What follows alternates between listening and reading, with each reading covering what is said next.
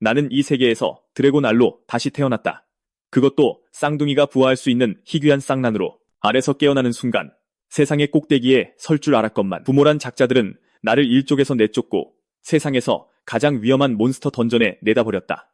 알아서 살아남으라며 드래곤 일족의 관습은 한 번에 산란해 오직 한 마리의 새끼만 키운다는 거다. 여러 개의 알이 나오면 뒤처지는 놈은 먹이가 될 뿐이지. 모든 면에서 내 재능은 형제들보다 한참 모자랐다. 그래서 버림받는 쪽은 내가 되었다. 이 던전은 고레벨 몬스터들로 득실거렸고 내 최상위 혈통은 놈들이 군침을 흘릴 완벽한 사냥감이었다. 드래곤 부모는 내가 살아서 돌아갈까봐 단 한 줌의 걱정도 하지 않았고 모든 건 그들의 예상대로 흘러갔다. 레벨 1.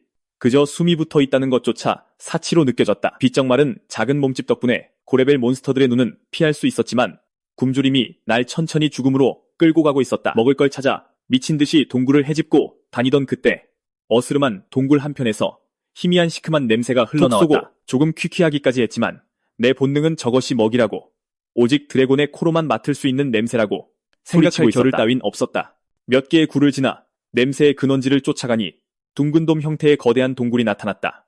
동굴 한가운데 또아리를 틀고 있는 건 길이 20m의 거대한 드래곤, 레벨 28의 아종 어스 드래곤이었다. 저 녀석이 재채기 한 번만 해도 난 뼈도 못 추릴 터였다. 냄새를 따라가 보니 나와 비슷한 크기의 어스 드래곤 새끼 서너 마리가 허겁지겁 젖을 빨고 있는 게 보였다. 어스 드래곤은 진룡은 아니지만 그래도 드래곤의 핏줄을 이어받았다. 무엇보다 중요한 건 총룡인 나도 저 아종 어스 드래곤의 젖은 먹을 수 있다는 거다. 어둠에 몸을 숨긴 채 나는 조심스레 어스 드래곤의 배 쪽으로 다가갔다. 네 마리의 새끼들을 자세히 본 순간 난 안도감에 하마터면 소리를 지를 뻔했다. 하늘이 나를 돕는구나. 부화한 새끼들은 아직 눈조차 뜨지 못했다. 몰래 밥숟가락을 얹어도 아무도 모를 테지.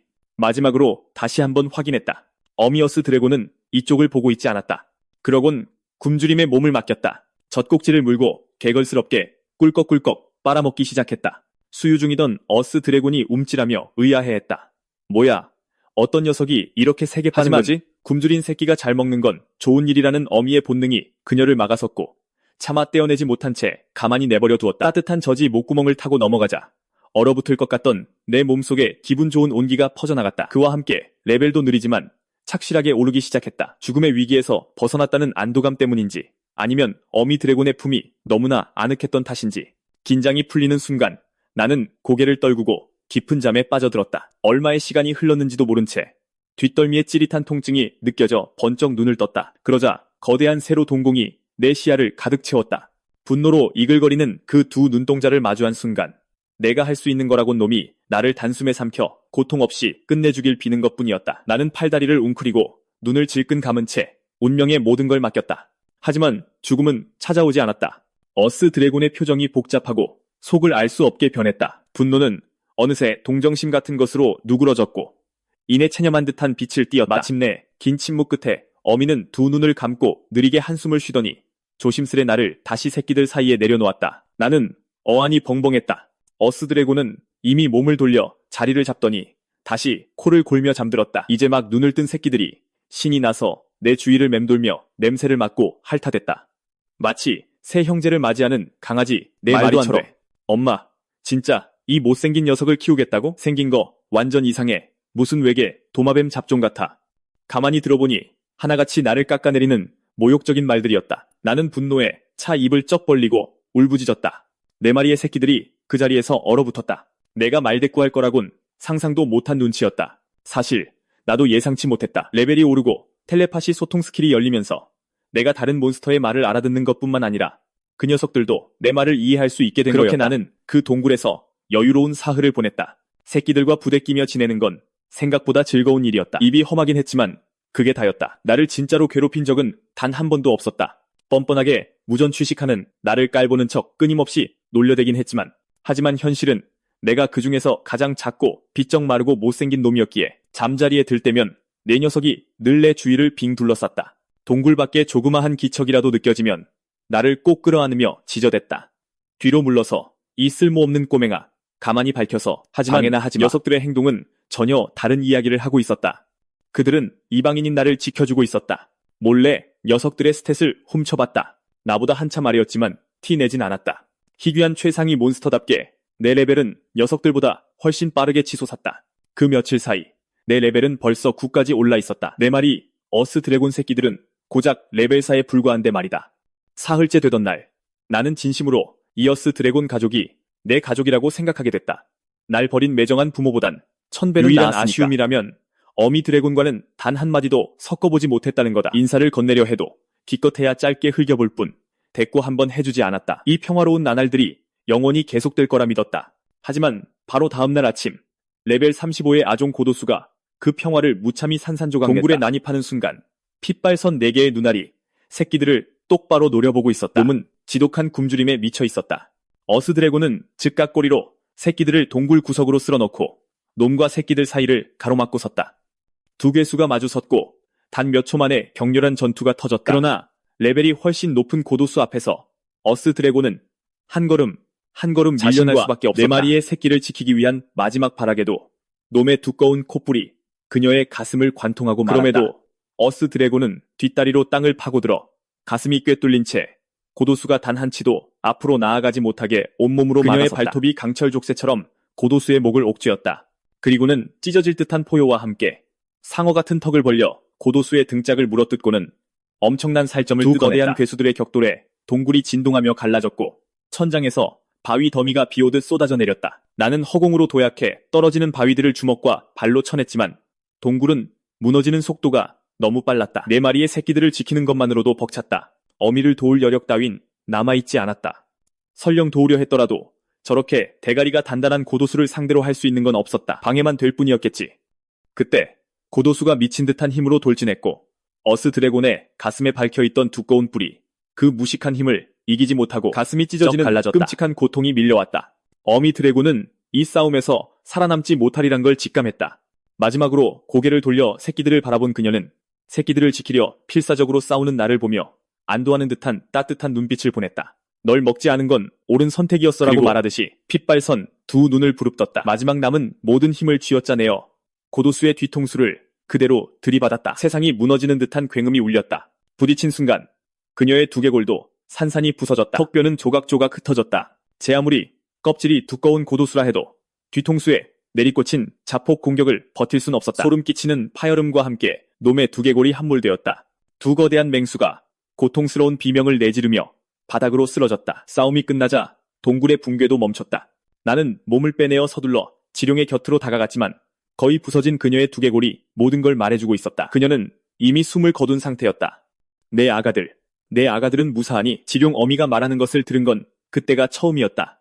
그녀의 생명은 이제 위태롭게 깜빡이고 있었고 으스러진 턱 때문에 한마디 내뱉는 것조차 버거워 보였다. 그녀의 물음에 나는 가슴을 짓누르는 죄책감을 억누르려 애썼다. 네 마리의 새끼들은 모두 떨어지는 바위에 깔려 죽었기 때문이다. 바위가 너무 많았다. 내가 아무리 길을 쓰며 막으려 해도 그 모든 걸 막아낼 수는 없었다. 지룡의 마지막 박치기가 거대한 붕괴를 일으켰던 것이다. 나는 간신히 살아남았지만 네 마리의 새끼들, 우리가 함께 보냈던 나날들이 여전히 뇌리에 생생하게 맴돌았다. 나는 이미 그 녀석들을 진짜 내 형제자매처럼 여기고 있었다. 불과 몇 분 전만 해도 살아서 펄떡이던 녀석들이 이제는 잔해 아래 묻힌 영혼이 되어버렸다. 내 아가들은 무사한 거니? 충격으로 지룡의 두 눈은 멀어버렸지만 마지막 숨을 몰아쉬며 묻는 그녀의 목소리에는 새끼들을 향한 애끓는 모정만이 가득했다. 죄책감이 해일처럼 밀려와 가슴속에서 폭탄처럼 터져버렸다. 나는 이빨이 부러질 정도로 꽉 깨물었다. 슬픔을 억누르며 나는 최대한 다정한 목소리로 대답했다. 다들 무사해요. 그냥 기절했을 뿐이에요. 모두 괜찮아요. 그러니 그녀의 얼굴에 안도의 미소가 번졌다. 내가 죽거든 내 몸을 먹으렴. 그녀의 말에 나는 온몸이 얼어붙었다. 우리는 던전에서 태어났지. 태어날 때부터 짊어진 저주란다. 그 무엇도 허투루 버려선 안 돼.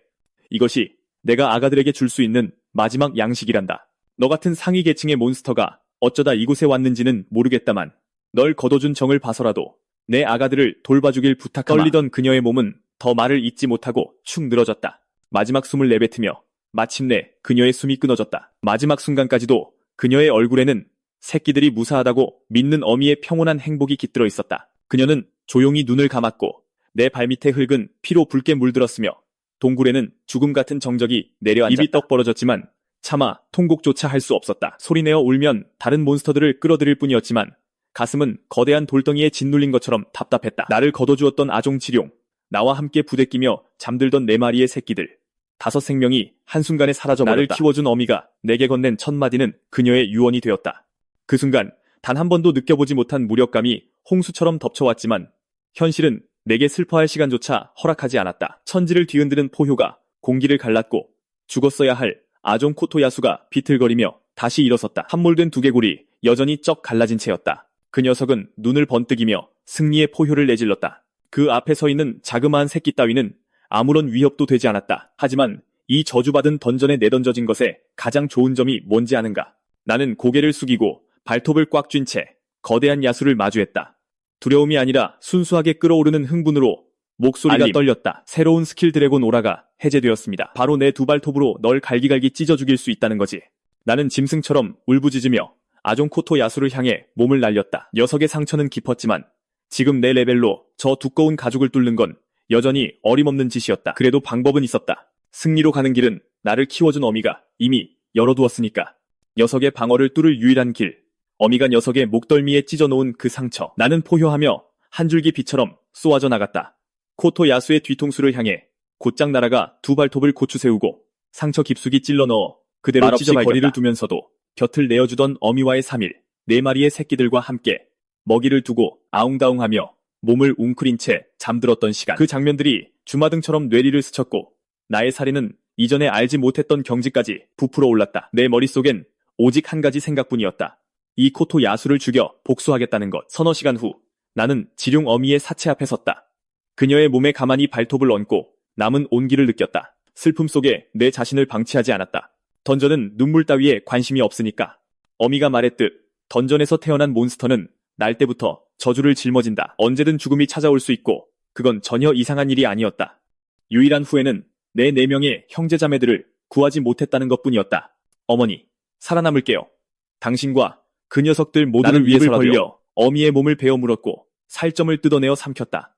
오열을 참으며 한 입 삼킬 때마다 눈물을 함께 삼켰다. 내가 사랑하는 이의 살점은 견딜 수 없이 썼다. 아무리 토해내고 싶어도 나는 죽을 힘을 다해 그것을 억지로 삼켰다. 토악질이 나올 것 같았지만 단 한 입도 헛되이 버릴 수 없었다. 내게 다른 선택은 없었다. 피냄새는 다른 몬스터들을 끌어들일 테고 어차피 그녀는 잡아먹힐 것이 뻔했다. 3일 후 나는 동굴 밖으로 나섰다. 내 레벨은 고작 18이었다. 하지만 상위 계층 몬스터의 성장 우위 덕분에 이미 레벨 30대의 하위 계층 몬스터와도 맞먹을 수 있었다. 나는 발톱을 딱딱 부딪히며 입꼬리를 비틀어 올려 전투 준비에 미소를 지은 채 끝없이 펼쳐진 던전을 응시했다. 근처의 몬스터 3마리. 마침 배가 고프던 참이었는데 딱 그렇게 좋군. 나는 살아남기 위해 첫 발걸음을 내디뎠다. 동굴을 떠난 지 5일이 지났고 주변 일대의 미노타우로스들은 내 손에 모조리 쓸려나갔다. 마지막 미노타우로스를 끝장내고 나니 내 레벨이 20을 찍었다. 띵! 알림. 현재 레벨 상한에 도달했습니다. 경험치 획득이 중단됩니다. 레벨 제한을 해제하려면 진화 경로를 선택해 주십시오. 비승 총룡, 어린 총룡의 표준 진화 형태. 더 큰 만화, 수용력을 얻습니다. 소총룡, 범용 진화 형태. 감각이 예리해지고 반사신경이 빨라집니다. 퇴화된 총룡, 비정상적인 진화 경로입니다. 일정 기간 혹독한 환경에서 살아남았을 때 해제됩니다. 강력한 생명력과 민첩성을 부여하지만 만화, 수용력과 육체적 성장이 제한됩니다. 알림창을 바라보며 나는 하나의 패턴을 알아냈다. 레벨 20마다 한 계층을 넘어선다는 것을. 더 높이 올라가려면 진화가 필수적이었다. 하지만 어떤 선택을 할지 저울질하던 찰나 등 뒤에서 끔찍한 압박감이 덮쳐왔다. 내 모든 생존 본능이 최고조로 경계 태세를 갖췄다. 주변을 둘러보니 어느새 나도 모르는 사이에 최소 20마리의 아종 코토 야수들이 나를 포위하고 있었다. 그리고 그들 뒤로 한 거대한 코토 야수가 걸어 나왔다. 온몸이 섬뜩한 핏빛으로 물든 전투 특화 아종 코토 야수 우두머리 레벨 88 희귀 스탯을 보자마자 근접 중위 계층 몬스터였다. 척추를 타고 흘렀다. 상황은 명백했다. 코토 야수 우두머리가 고의로 나를 함정에 빠뜨린 것이다. 이해가 가지 않는 건 내가 이 녀석과 아무런 원한 관계도 없다는 사실이었다. 우리 사이에 원한은 없잖아.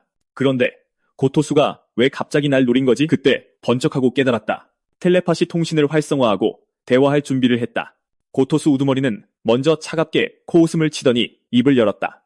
우리 구역에서 먹이를 가로채던 놈이 이렇게 조그마한 꼬맹이일 줄은 몰랐군. 내 예상이 맞았다. 미노타우로스는 고토수의 주식이자 내 초기 시절 전투 기술을 연마하기 위한 상대였다. 게다가 폭식 스킬 때문에 치솟은 식욕을 주체하지 못하고 며칠 밤낮으로 미노타우로스를 사냥하는 바람에 이 일대의 개체수가 뚝 떨어졌던 그 탓에 것이다. 이 구역 고토수들의 먹이가 위험할 정도로 심각하게 부족해졌다. 그래도 곰곰이 생각하다가 난 그냥 어깨를 으쓱했다. 약점을 보이면 짓밟힌다. 그게 세상의 이치니까.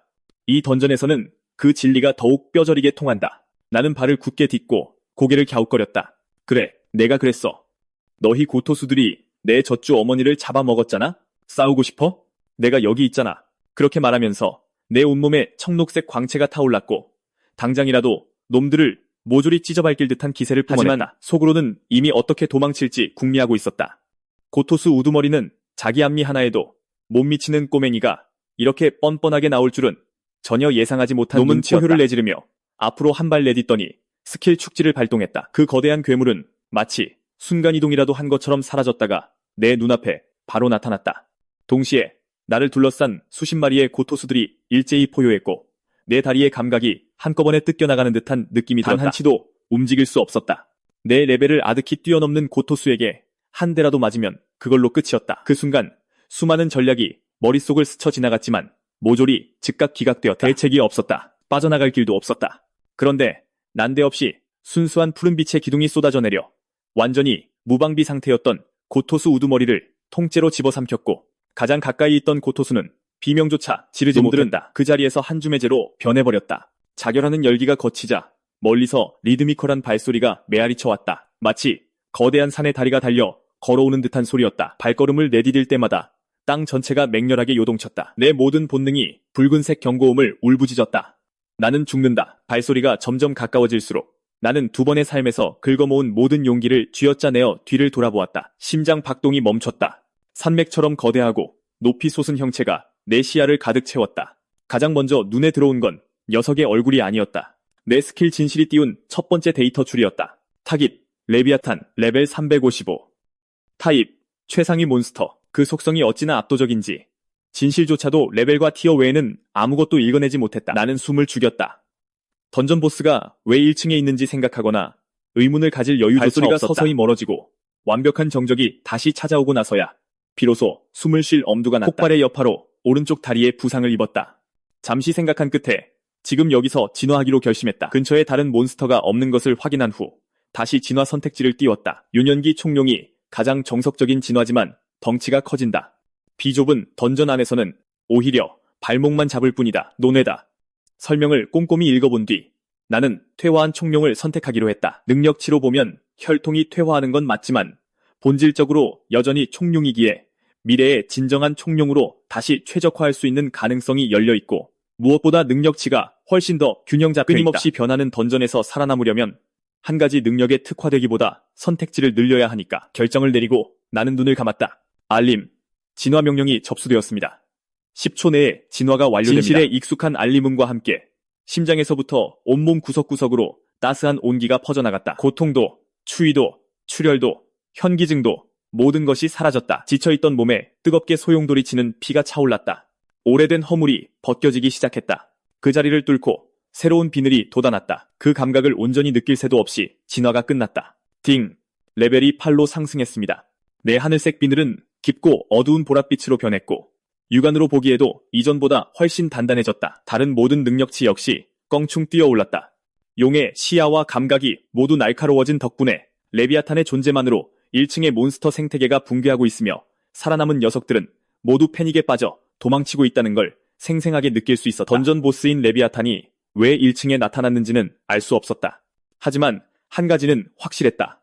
1층이 완전히 변해버릴 거라는 것. 거기까지 생각이 미치자 나는 결정을 내렸다. 이제 2층으로 내려갈 시간이다. 젖주 어머니를 잃고 얼마 지나지 않아 나는 이미 2층으로 통하는 입구를 찾아놓았다. 아직 그곳으로 가지 않은 이유는 간단했다. 한 번 2층으로 내려가면 다시는 1층으로 돌아올 수 없으니까.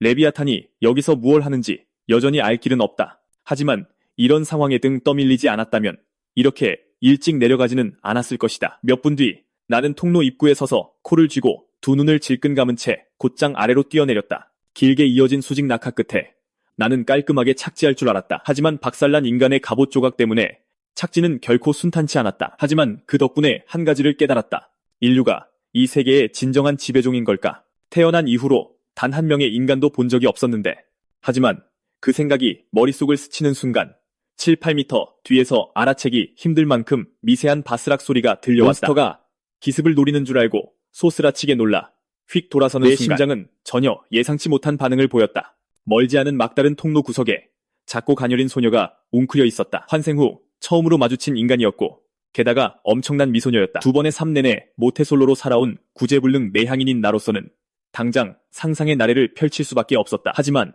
내가 뭔가 말하려고 입을 여는 순간 소녀는 겁에 질린 비명을 지르며 바닥에 주저앉았고 공황 상태로 다리를 필사적으로 허우적거리며 하지만 뒤로 물러섰다. 그녀의 바로 뒤에는 돌벽이 있어 더 이상 도망칠 곳도 없었다.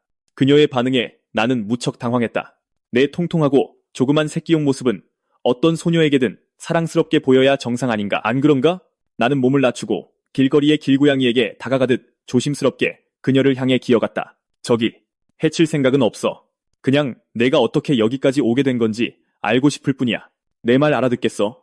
소녀는 쥐어짜듯 무언가를 중얼거리며 더욱 겁에 질린 표정만 지을 뿐이었다. 싸우면 어쩌면 살지도 모른다. 싸우지 않으면 무조건 죽는다. 진지님, 제게 힘을 주소서. 내겐 전혀 이해되지 않는 말이었다. 초조해진 나는 상황을 설명하려 조금 더 가까이 다가갔다. 하지만 2m 안으로 들어선 순간 그녀는 벼락같이 튀어오르더니 내가 완전히 방심한 틈을 타 젖먹던 힘까지 쥐어짜낸 혼신의 돌려차기를 날렸다. 그렇게 가까운 거리에서 날아온 발차기는 내 머리에서 가장 방어력이 약한 곳에 정통으로 꽂혔고 내 시야에는 단 한 줄의 문구가 떠올랐다.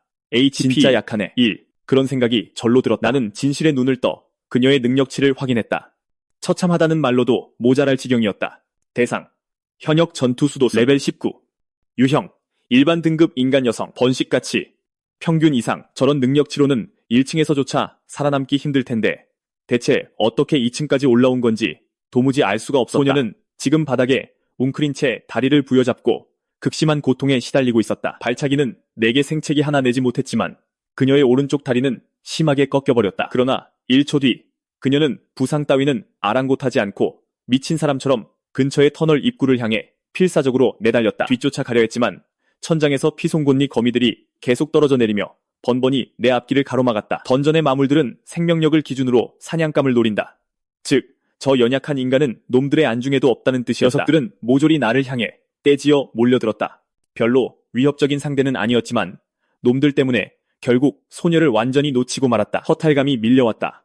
바로 코앞에 있었는데 그렇게 허무하게 사라져버렸다. 5일이 지나고 나는 서서히 2층 환경에 적응해 나갔다. 1층과 달리 이곳의 마물들은 종류가 훨씬 더 다양했다. 거의 매일 처음 보는 종들과 마주쳤고 그 중에는 인간도 포함되어 있었다.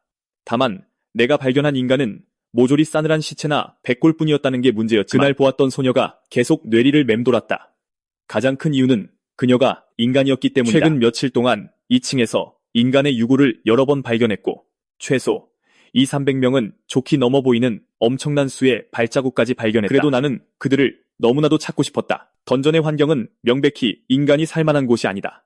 그들이 들어올 방법이 있었다면 논리적으로 생각했을 때 나갈 방법도 반드시 있을 터였다. 적어도 내 논리는 그랬고 그 일말의 가능성이야말로 내가 애타게 갈망하던 것이었다. 안타깝게도 며칠 동안 인간의 흔적을 쫓았지만 유용한 단서는 얻지 못한 채 그저 끝없이 널브러진 유골들만 마주할 뿐이었다. 그러다 동굴을 빠져나가려던 찰나 바늘처럼 예리한 한기가 등골을 타고 뻗쳐올랐다. 머리보다 몸이 먼저 반응했다. 순전한 본능으로 옆으로 굴렀다. 극도로 압축된 바람의 칼날이 내 머리를 스치고 지나가더니 마치 고양이가 종이를 찢듯 암벽에 수피트 길이의 깊은 상처 4개를 깊숙이 파놓았다. 생각할 겨를조차 없었다.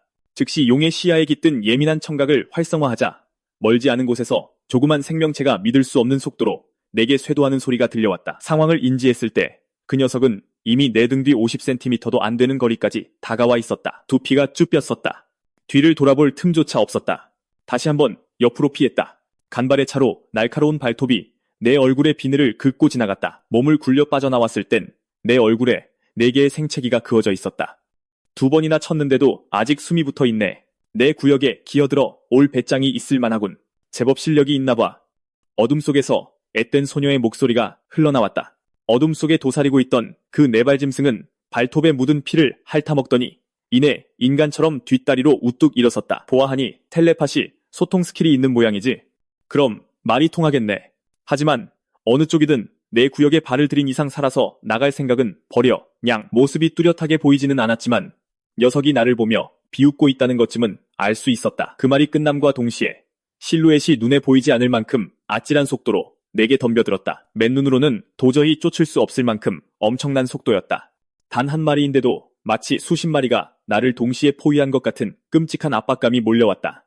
이토록 상대하기 까다로운 적과 맞닥뜨리게 될 줄은 꿈에도 상상하지 못했다. 급소를 방어하며 일격사만 피한다면 당장 죽지는 않겠지만 이 녀석의 터무니없는 속도 앞에서는 거의 속수무책이나 다름없었다. 이대로 가다간 조만간 갈갈이 찢겨나갈 게 뻔했고 이 녀석은 분명 확실한 사리를 품고 다가왔다. 승산이 없는 상황에 직면하자 나는 주저없이 진실의 스킬트리 맵을 불러왔다. 예전에 스킬트리를 연구해둔 적이 있었다. 복잡해 보이지만 대부분의 스킬은 기존 스킬의 업그레이드나 파생형일 뿐이라 선행 조건을 충족하지 못하면 잠금 해제할 수 없었다. 기본 레벨 스킬들은 바로 이런 순간을 위해 진작에 머릿속에 다 외워두었다. 용의 지각 해제, 해제 포인트 1 소모, 잠금 해제 완료, 정신 집중 해제, 해제 포인트 1 소모, 잠금 해제 완료, 파동 해제, 해제 포인트 5 소모, 잠금 해제 완료. 스킬 트리를 훑고 지나갔다. 용의 지각과 정신 집중 노드가 빛나며 내 눈이 번쩍 뜨였고 순식간에 세상이 전혀 다른 모습으로 펼쳐졌다. 나는 몸을 돌려등 뒤에 허공을 향해 주먹을 내질렀다. 둔탁한 타격감과 함께 잔상이 튕겨나갔다. 나는 아무 말 없이 그 뒤를 이어 드래곤 브레스를 뿜어냈다. 녀석은 비명을 지를 틈조차 없었다. 푸른 화염의 경류가 순식간에 지하 공간 전체를 집어삼켰다. 나는 숨을 고르며 서둘러 내 능력치를 확인했다.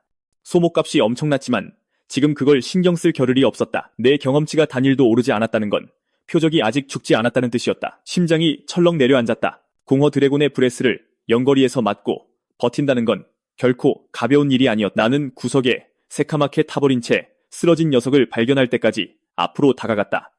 그제야 마침내 안도의 한숨을 내쉴 수 있었다. 하지만 녀석의 정체를 똑똑히 확인한 순간 내 안에 무언가가 거세게 뒤틀리는 기분이 들었다. 돌연변이 몽구스, 레벨 51, 인간형, 유형, 전설 등급 중급 마물, 의인화 형태, 번식가치, 극히 높음, 상태창을 멍하니 바라보며 한 번도 느껴본 적 없는 고통이 내 가슴을 헤집고 들어왔다. 내가 몽구스를 죽일 뻔하다니. 몽구스는 던전 2층에서 흔하게 볼 수 있는 마물이다. 고양이와 비슷한 생김새지만 인간에 가까운 얼굴을 가졌고 두 개의 꼬리가 달려있다. 그저 평범하고 보잘것없는 마물에 불과했을 터였다. 하지만 의인화 형태를 완벽하게 이룬 몽구스와 마주칠 줄은 꿈에도 상상하지 못했다. 고양이 귀와 꼬리만 빼면 아무리 봐도 완벽한 인간의 모습 그 자체였다. 몸의 80% 이상이 불에 탔지만 화상을 입기 전에 원래 모습을 어렴풋이 짐작할 수는 있었다. 적의 숨통을 끊는데 단 한 번도 망설인 적 없던 내가 도저히 최후의 일격을 날릴 수가 없었다. 뭘 망설이는 거야? 그냥 날 죽여라냥.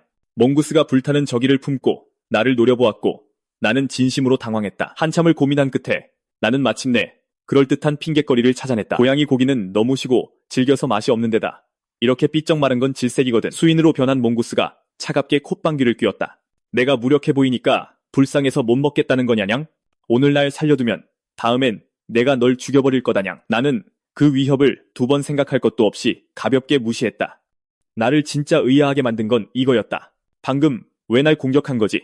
나는 2레벨의 드래곤 오라를 24시간 내내 켜두고 있다. 데미지를 주진 않지만 다른 몬스터들에게 내가 건드릴 만한 상대가 아니라는 걸 경고하는 역할을 한다. 그래서 대부분의 몬스터들은 감히 내게 먼저 덤벼들지 못한다. 그녀가 대답하지 않자 나는 이번엔 목소리에 나를 세워 질문을 반복했다. 소녀의 모습을 한 몽구스는 대답하기 싫은 기색이 역력한 채로 나를 노려보았다. 네가 내 구역에 들어와서 내 구역에다 보리를 봤잖아냥. 그럼 누굴 치겠냐냥. 나는 눈을 깜빡이며 애초에 왜 이 동굴에 들어왔는지 떠올려 보았다. 그래, 내가 정확히 그 짓을 하고 있긴 했지. 고양이관 녀석들이 영토의식이 강하긴 하지만 여긴 던전이잖아. 바깥 세상의 동물적 본능이 여기까지 이어질 수 있는 건가? 그보다 암컷 고양이한테도 영토 본능이 있나? 고작 그런 사소한 일로 이 사달이 났다고. 사소해? 넌 이렇게 강하잖아. 2층의 지배자급 몬스터일 텐데 이런 기본조차 모르는 거냐냥. 사실 내가 던전에 들어온 지 한 달도 채 안 됐거든. 뭐? 말도 안 돼. 바깥 세상은 훨씬 더 좋고 숲을 자유롭게 누빌 수 있잖아. 운 좋으면 인간들의 탈것으로 선택받아서 평생 먹이 걱정 안 하고 살 수도 있는데 왜 이런 끔찍한 구덩이에 기어들어온 거냐냥. 바깥이 그렇게 좋다고. 몽구스의 말에 나는 헛웃음이 터질 뻔했다. 야생숲의 몬스터들은 굶주리지 않을진 몰라도 던전에 잔혹한 단련이 없으니 인간들이 떼지어 몰려오면 속수무책으로 당할 수밖에 없다. 그리고 누군가의 탈것이 되는 것에 대해서라면 어쩌면 소수의 인간들은 자신의 탈것을 애지중지할지도 모르지. 하지만 대부분은 자유를 짓밟히고 일말의 자비도 없이 가치만 쥐어짜일 뿐이다. 도축을 기다리는 세 장의 갇힌 닭과 다를 바가 없지. 던전에서 보낸 한 달 동안 내가 가장 뼈저리게 깨달은 건 바로 이거다. 던전은 몬스터들의 빈민가이기도 하지만 온전히 그들만의 장소이기도 하다는 것. 나는 굳이 그녀에게 그런 사실을 설명해주지 않았다. 소녀의 모습을 한 몽구스는 눈에 띄게 고통스러워하며 몸부림치기 시작했다. 뭘 망설이는 거야? 내가 졌어. 그냥 날 죽여라냥. 대체 뭘 보고 즐기는 거지? 내가 고통받는 모습이냐냥. 그녀의 목소리에는 단 한 줌의 두려움도 없었다. 오히려 마침내 쉴 수 있도록 허락받은 자의 목소리처럼 들렸다. 그 순간 어미가 한때 했던 말이 떠올랐다. 우리 몬스터들은 던전에서 태어난다고. 우리가 날 때부터 짊어진 저주라고. 오랫동안 나는 텔레파시 사용을 피해왔다. 몬스터들의 죽어가는 애원을 들으면 마음이 약해질까 두려웠으니까. 내 겉모습이 어떻게 변했든 속은 여전히 인간이었고 기본적인 공감과 연민을 느낄 수 있었다. 하지만 이곳에서 그런 감정은 나를 죽음으로 몰아넣을 수 있었다. 어쩌면 완전히 다른 이유일지도 모르지.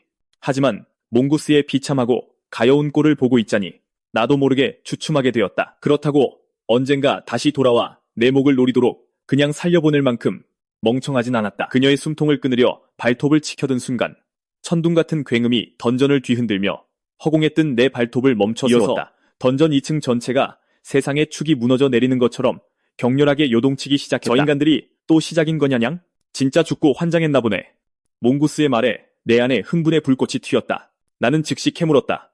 무슨 인간들? 얼마 전 인간들이 던전을 공략하겠다며 또 쳐들어왔다가 2층 보스한테 처참하게 박살났거든. 리더로 보이는 몇 놈이 일행 중 가장 어린 애들을 데리고 도망쳤어. 남은 강한 녀석들은 2층에 고립된 채 뒤에 남겨졌고 그놈들은 그때부터 돌파구를 찾아서 2층을 빠져나가려고 안간힘을 쓰고 있지. 하지만 걔들이 무슨 수로 보스를 이기겠냐냥. 시도할 때마다 사람만 더 죽어나가는 거지. 이렇게 거대한 충격파라니. 아마 남은 놈들이 모조리 모여서 최후의 발악을 하는 모양이네. 단 몇 마디에 그녀는 내가 가장 관심 있어 하는 단어들을 쏟아냈다. 내가 더 캐묻고 자시고 할 틈도 없이 내 옆에 암벽이 안쪽으로 터져나갔고 황금 대검을 쥔 잘생긴 청년이 난입했다. 내 생애 첫 살아있는 인간. 그 충격이 내게 단숨에 몰아쳤다. 청년은 나와 몽구스를 동시에 발견했고 그의 표정이 굳어버렸다. 그러더니 자신이 뚫고 들어온 구멍을 향해 즉시 소리쳤다. 대장님, 이쪽에 권속 몬스터들이 있습니다. 제가 처리하겠습니다. 보스에게 집중하십시오. 이 몬스터들은 제게 맡기십시오. 그 말을 끝으로 그는 우리 중 하나는 살아서 나갈 수 없다는 듯 비장하게 자세를 낮췄다. 그의 두 눈에 이글거리는 증오를 보며 나는 진심으로 당황했다. 해명하려고 간신히 입을 열었다. 하지만 청년은 내 목소리를 듣자 진정하기는커녕 더욱 불타올랐다. 그는 순식간에 식은땀을 흘리며 중얼거리기 시작했다. 신화급 유체 몬스터라니. 여기서 처치하지 않으면 다음번에 2층을 공략할 땐 보스를 2마리나 상대해야 할 거야. 살아서 빠져나갈 수 없겠지. 우리의 뒤를 이을 자들을 위해서라도 여기서 놈의 숨통을 끊어놔야 해. 내 목숨을 바쳐서라도. 내 머릿속으로 미칠 듯한 답답함이 밀려들었다. 지금 장난해? 그 짧은 독백. 꽤나 감동적이네. 눈물이 다 날 지경이야. 야, 내 말 듣고는 있냐? 청년의 대검에서 날카로운 공명음이 울려 퍼졌고 그의 몸 모든 모공에서 압도적인 전이가 용솟음쳤다. 뿜어져 나오는 에너지가 순식간에 10여 배로 폭증했다. 그러고는 시위를 떠난 화살처럼 앞으로 쏘아져 나와 순식간에 거리를 좁혀왔다. 목표, 성기사, 레벨 32, 1차 전직 완료, 타입, 정예급 인간. 대부분의 스탯이 나를 훨씬 웃돈다. 전력이었다면 내 스킬의 우위로 순식간에 끝냈겠지만 난 부상을 입었고 정면 승부는 불가능했다. 게다가 인간과 굳이 싸울 생각도 없었다. 단 2초간 망설인 후 나는 날아오는 참격을 피하고 몽구스의 뒷덜미를 낚아채 어깨에 들쳐맨 다음 보스와 그 젊은 놈에게서 가장 멀어지는 방향으로 전력 질주했다. 몽구스는 전혀 예상치 못한 눈치였다. 땅에 있다가 다음 순간 영문도 모른 채 들려가고 있었으니 말이다. 무슨 짓이냥? 가만두지 않겠다냥. 정신이 나간 몽구스가 내 맨머리를 물고 할퀴어댔다. 시끄러워.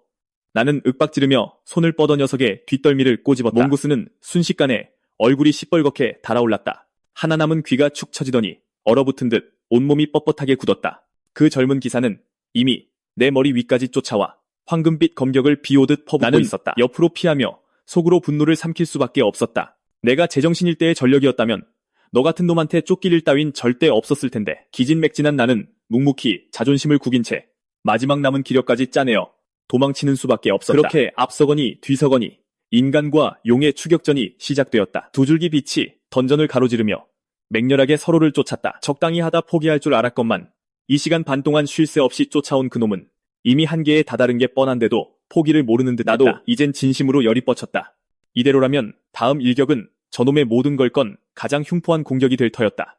지금이라도 물러난다면 나도 굳이 힘 빼지 않고 가던 길을 갈 참이었다. 하지만 만약 모든 걸 쏟아부어 최후의 일격을 날릴 작정이라면 기필코 그놈의 대가리를 박살내주겠어. 아니나 다를까 내가 그 결심을 굳히고 놈의 동태를 지켜보던 찰나 젊은 기사는 전투의 함성을 내질렀다. 온몸의 핏줄이 일제히 터져나가며 마지막 한 방울의 투기까지 모조리 황금빛 대검에 쏟아붓고 있었다. 그 젊은 놈의 모든 것을 건 마지막 일격을 마주하며 나는 피곤한 한숨을 내쉬었다. 무적 스킬 해금 포인트 5점이 소모되었습니다. 무적 스킬 1레벨이 해금되었습니다. 그 순간 나는 포탄이 되어 날아드는 검기 한가운데로 곧장 돌진했다. 순식간에 얇은 창호지처럼 부서진 검기 한가운데로 나선형의 구멍이 뻥 뚫려버렸다. 방금 전까지 도망치던 괴물이 갑자기 방향을 틀어 자신에게 정면으로 돌진해올 줄은 놈도 전혀 예상치 못했을 것이다. 자신의 모든 투기와 만화를 실은 일격이 이토록 허무하게 뚫릴 줄은 꿈에도 몰랐겠지. 하지만 그놈에겐 상황을 파악할 시간조차 남아있지 않았다. 단 한 번의 파열음.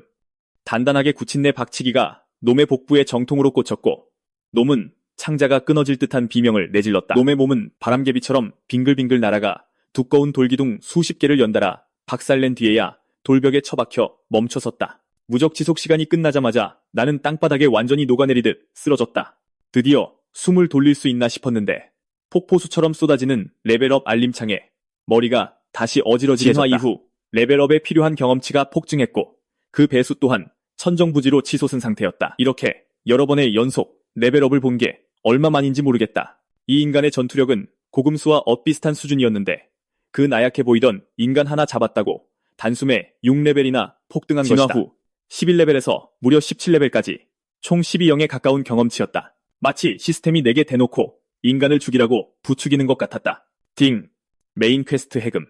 2층 보스 메두사의 머리를 쓰러뜨려라. 퀘스트 보상. 해금 포인트 50점. 그 알림에 나는 번쩍 정신이 들었다. 수많은 생사의 고비를 넘기고 피투성이가 되어가며 방금 얻은 5점까지 합쳐서 긁어모은 게 고작 35점이었는데 이 퀘스트 하나에 무려 50점을 준다고. 그때 등 뒤에서 몽구스의 목소리가 들려왔다. 나는 뒤를 돌아보았다. 녀석은 마치 세상에 존재해선 안 될 기괴한 무언가를 보는 듯한 눈빛으로 나를 쳐다보고 있었다. 왜 저 인간을 죽이자마자 내 상처가 싹 다 나은 거냥? 게다가 어떻게 갑자기 기운이 폭발적으로 강해진 거냥? 몽구스는 혼란스러움을 감추지 못했다.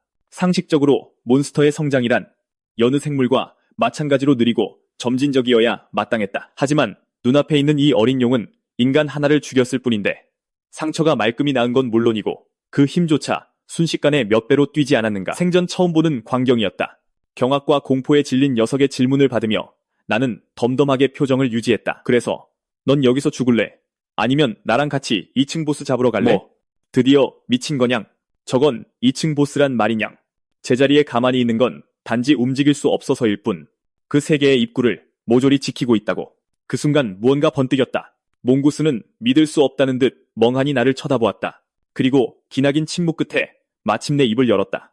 설마 메두사의 머리를 죽일 생각인 거냥? 3층으로 가기 위해서냥? 나는 말없이 웃으며 고개를 끄덕였다. 몽구스는 화상의 고통도 잊은 채 목소리를 높였다. 네, 지금 힘이면 나쯤은 땀 한 방울 안 흘리고 박살낼 수 있잖아. 메두사의 머리 근처에만 안 가면 2층 전체를 내 맘대로 주무르며 왕처럼 군림할 수 있다냥? 대체 왜 사서 고생을 하며 위험 속으로 뛰어드는 거냥? 방금 네가 그랬지. 저 인간들이 2층 보스와 싸우는 이유가 이 던전을 나가기 위해서라고. 안 그래? 그 말이 떨어지기가 무섭게 몽구스는 모든 것을 완벽하게 이해했다. 설마 너 진짜로 이 던전을 나가고 싶은 거냐? 나는 의미심장하게 미소 지었다. 역시 더 깊이 들어가는 게 나가는 길이 맞았군. 말해봐. 이 던전을 어떻게 나가는 거지? 나를 속여서 알아내려던 거냥? 속였으면 어쩔 건데. 이미 말실수 다 해놓고선 이왕 이렇게 된 거 속 시원하게 다 털어놓지 그래? 내가 왜 도와줘야 하냥? 몽구스가 빽 소리쳤다. 그래, 말든가. 내게 마침 머릿속을 직접 들여다보는 스킬이 있거든. 그 과정에서 꽤 극심한 고통이 따르긴 하겠지만 네가 입을 안 열겠다면 내가 직접 들어가서 보는 수밖에. 몽구스의 얼굴이 하얗게 질렸다. 던전에 그런 스킬이 없진 않다. 3층부터는 특정 정신계 몬스터들이 그런 기술을 쓴다고 알려져 있었으니까. 녀석이 흔들리는 틈을 타 나는 기세를 몰아붙였다. 내게 말하고 협력하겠다고 하면 살려줄 뿐만 아니라 네 상처도 전부 치료해줄게. 한 손으로는 호의를 베풀고 다른 한 손으로는 위협하는 셈이지. 나도 그게 어떻게 돌아가는지 알고 있었다. 사실 내게 기억 추출 스킬이 있긴 하지만 해제 포인트가 20이나 들었다. 안 쓸 수 있다면 안 쓰는 게 상책이니까. 그 말에 몽구스의 귀가 움찔거렸다. 한참 뒤 녀석은 경계하면서도 호기심 어린 눈으로 내 시선을 맞추며 물었다. 나는 가슴을 툭툭 쳤다. 한 번 한 약속은 절대 무르지 않아. 진심이냐옹? 대화를 나누며 던전을 들고 나는 방법이 생각보다 많다는 걸 알게 되었다. 인간들은 주로 공간 전송 마법을 쓰지만 몬스터가 그 마법을 배우기란 거의 불가능에 가까웠다. 던전에 갇혀버린 몬스터가 밖으로 나갈 수 있는 길은 단 하나뿐이다. 1층부터 5층까지 싸우며 내려가서 5층의 최종 보스를 쓰러뜨려야만 비로소 던전을 떠나 바깥 세상으로 나갈 수 있다. 리바이어던의 꿈쩍도 않던 압도적인 힘을 떠올리자 나도 모르게 몸서리가 쳐졌다. 그 표정, 너 진짜 어디서 리바이어던을 본 적이 있는 거냐옹? 나는 고개를 끄덕인 뒤 계속 마음에 걸렸던 질문을 던졌다. 던전의 각 층은 독립된 공간이라고 하지 않았어. 몬스터들은 층 사이를 마음대로 오갈 수 없다고 말이야. 그 규칙은 리바이어던에게는 적용되지 않는다옹. 그는 고대 신의 탈것이었고 이 던전 전체에서 가장 강력한 존재니까. 던전의 모든 층을 제 집처럼 오가고 아무도 그를 죽일 수 없어. 아무도 그를 막지 못한다옹. 야옹. 그가 던전에 머무는 건 그저 본인이 원해서일 뿐이야. 그러니 던전을 나가겠다는 네 꿈도 결국엔 한낱 헛된 환상일 뿐이다. 말을 마친 몽구스는 기력이 완전히 바닥났는지 바닥에 털썩 주저앉아 가쁜 숨을 몰아쉬었다. 상처가 심각했고 체력은 초단위로 빠져나가고 있었다. 이대로라면 10분도 안 되어 숨이 멎을 게 뻔했다. 죽음의 문턱에서 비틀거리는 녀석을 보며 나는 고심 끝에 해제 포인트 4를 써서 치유 스킬과 응축액으로 몽구스의 상처를 남김없이 치료해 주었다. 녀석은 눈 깜짝할 사이에 벌떡 일어나 믿을 수 없다는 듯 자기 손발을 빤히 내려다보았다. 방금 무슨 짓을 한 거냐옹? 네가 던전을 나갈 수 있을 거란 장담은 못하지만 적어도 2층에서 배 옳거나 위험에 처하게 두진 않겠다고 약속할게. 나와 함께 갈래? 몽구스는 여전히 충격에서 헤어나오지 못하고 있었다. 눈앞에 이 기이한 생물체를 멍하니 쳐다보기만 했다. 긴 침묵 끝에 녀석이 마침내 입을 열었다. 그러니까 네가 메두사의 머리를 죽이겠다는 거냐옹? 나는 고개를 끄덕였다. 내 힘은 정말 대단해. 지금까지 2층에서 마주친 몬스터 중에 제일 강할 정도야. 그 말에 몽구스는 으스대며 가슴을 쫙 폈다. 당연하다옹. 2층 전체를 통틀어 나보다 강한 건 그 마녀 메두사 하나뿐이다옹. 그러다 몽구스의 말투가 완전히 바뀌었다. 하지만 내가 왜 널 위해 목숨을 걸어야 하냐옹. 메두사의 머리를 죽이면 너도 2층의 최강자가 되는 거야. 2층의 여왕 말이지. 솔깃하지 않아? 그 말에 몽구스의 귀가 쫑긋거렸다. 녀석은 고개를 숙인 채 입술만 달싹이며 조용히 중얼거렸다. 층의 최강자, 이 여왕이라. 녀석은 붉어진 얼굴을 들며 대답했다. 좋아, 내가 내 목숨을 구해주었으니 널 도와주겠다옹. 딱 이번 한 번뿐이야. 그나저나 너 진짜 드래곤이냐? 아니면 개종류냐? 드래곤이야. 왜? 그렇게 안 생겼는데 내가 개처럼 생겼다는 뜻이야? 응. 새까만 강아지 같아. 볼록 튀어나온 배에 머리통도 영락없는 개 모양이고 앞으로 널 개소년이라고 부를 거다옹. 나는 기가 막혀서 녀석을 빤히 쳐다보았다. 따지고 보면 너야말로 진짜 개 같지 않아? 그 인간을 기진맥진하게 만들어서 끝장내더니 날 다치게 해놓고 다시 고쳐주고 말이야. 뭐 어때? 마음대로 불러. 너는 이름이 뭐야? 그런 거 없어. 던전의 몬스터들은 이름 같은 거 안 키운다옹. 아무 의미 없으니까. 그럼 좋아. 넌 날 개소년이라고 불러. 난 널 고양이 소녀라고 부를게. 몽구스의 꼬리가 바닥을 탁 내리쳤다. 고양이 소녀가 대체 무슨 이름이냐옹. 가자. 고양이 소녀는 뒤뚱거리며 멀어지는 내 뒷모습을 보며 작게 중얼거렸다. 사실 나도 이름이 있긴 한데 그러고는 훌쩍 뛰어올라 내 뒤를 바짝 따라왔다. 몇 분 후 우리는 2층과 3층의 경계에 도착했다. 여전히 메두사의 머리와 피 터지게 싸우고 있는 인간 병사들을 지켜보며 나는 그들이 서로 기력을 소진할 때까지 기다렸다가 손쉽게 끝장내기로 마음먹었다. 이 던전에 온 후로 쭉 눈치챈 거지만 이곳의 몬스터들에겐 레벨업이나 스킬이라는 개념 자체가 없었다. 그들에게 레벨업이란 그저 생존의 부산물일 뿐, 스킬은 살아남기 위한 도구에 불과했고 사륙은 단순히 배를 채우기 위한 수단이었다. 그래서 몽구스 같은 돌연변이 종을 제외하면 대부분의 마수들은 하나의 단순한 법칙을 따른다. 오래 살아남을수록 레벨도 높아진다는 것. 2층 보스인 메두사의 머리는 최소 500년 이상 살아남은 괴물이다. 스스로 움직일 능력은 없지만 고정된 대포처럼 제자리를 굳건히 지키며 2층과 3층을 잇는 회랑을 방어하고 있다. 2층을 정복하려는 인간이나 더 높은 층으로 올라가려는 마수라면 누구든 그 회랑을 지나가야만 한다. 그러니 그 자리를 지키고 있는 한 먹잇감은 알아서 끊임없이 굴러 들어오는 셈이다. 공포라고는 한 점도 없이 메두사의 머리를 향해 차례차례 돌진하다가 하나둘씩 끔찍한 죽음을 맞이하는 인간들을 지켜보았다. 머릿수로 보아 처음엔 최소 200명 규모의 토벌대였을 텐데 지금은 고작 10여 명만이 간신히 숨을 붙이고 있었다. 인간들은 정말 바보 같다옹. 이길 수 없다는 걸 알면서도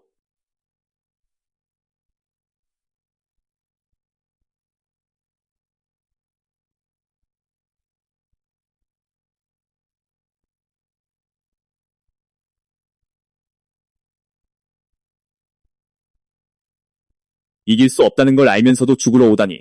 고양이 소녀는 마치 코미디 쇼라도 보듯 즐거워하며 지켜보고 있었다. 나는 무표정을 유지했다.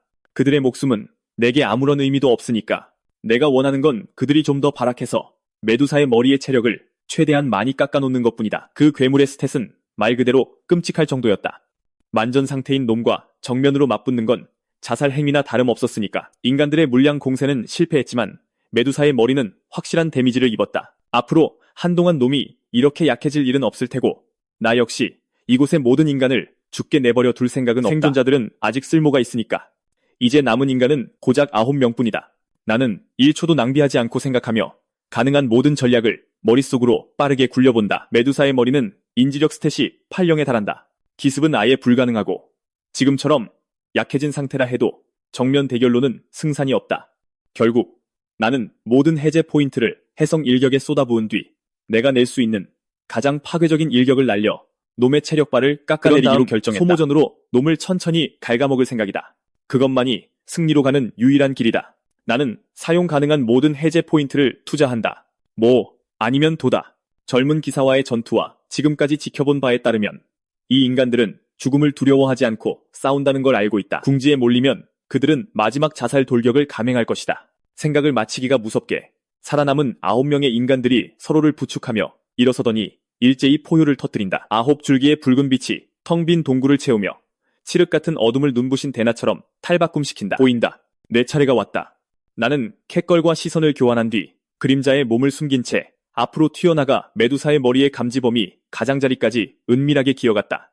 전장에서는 인간들이 계속해서 추풍낙엽처럼 쓰러졌고 결국 한 명이 자신의 몸을 방패 삼아 다른 이들을 지키며 단 3명만이 남았다. 마침내 마지막 두 인간이 메두사의 머리와 거리를 좁히더니 허공으로 도약해 창과 거물놈의 아래턱 깊숙이 박아넣었다. 물리 방어력이 0이 된 메두사의 머리가 신경질적인 비명을 지른다. 나약한 두 인간의 공격이 단 일격에 1영이 넘는 체력을 앗아갔다. 바로 그 순간 야수 형태로 변한 캣걸이 빈틈을 노리고 한 줄기 은빛 섬광처럼 메두사의 머리를 향해 돌진한다. 하지만 인지력이 8영이 넘는 메두사의 머리 앞에서는 그녀조차도 너무 느렸다. 마치 그녀가 올 줄 처음부터 알고 있었다는 듯 뱀 머리들의 절반가량이 순식간에 방향을 튼다. 이런 만년 2인자 주제에 불쑥 끼어들어 전리품을 훔칠 수 있을 줄 알았나? 완벽해.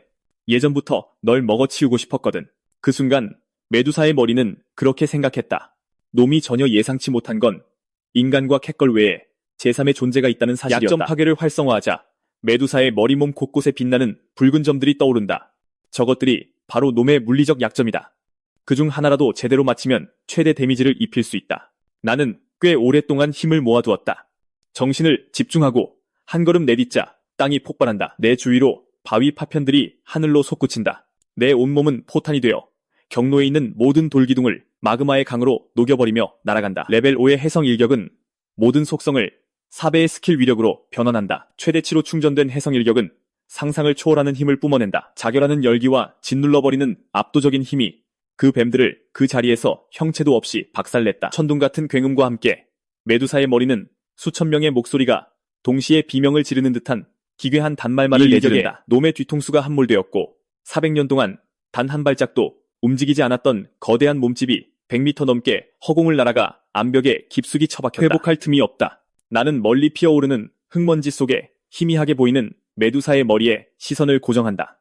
그리고 패널의 붉은색으로 체력령이 뜬 것을 확인하고 나서야 비로소 안도의 한숨을 내쉰다. 살아남은 두 인간은 얼어붙은 채 믿을 수 없다는 듯 쳐다보고 있다. 마수가 방금 자신들의 목숨을 구했다는 사실을 믿지 못하는 것이다. 우리가 해냈어.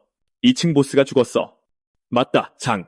마수 두 놈이 서로 물어뜯는 바람에 우리가 살아서 빠져나가게 생겼군. 사각턱의 늙은 기사는 기쁨을 주체하지 못한다. 그럼 이제 어쩌죠? 젊은 기사장이 묻는다. 루오라는 이름의 기사가 마른 침을 삼키자 그의 눈에 깃들었던 환희는 서서히 살기로 바뀐다. 어찌됐든 짐승은 짐승일 뿐이지. 이용 형태의 마수는 몸집은 작아도 그 코어에서 뿜어져 나오는 압박감이 느껴진다. 이대로 성장하게 내버려뒀다간 온 인류의 위협이 될 거다.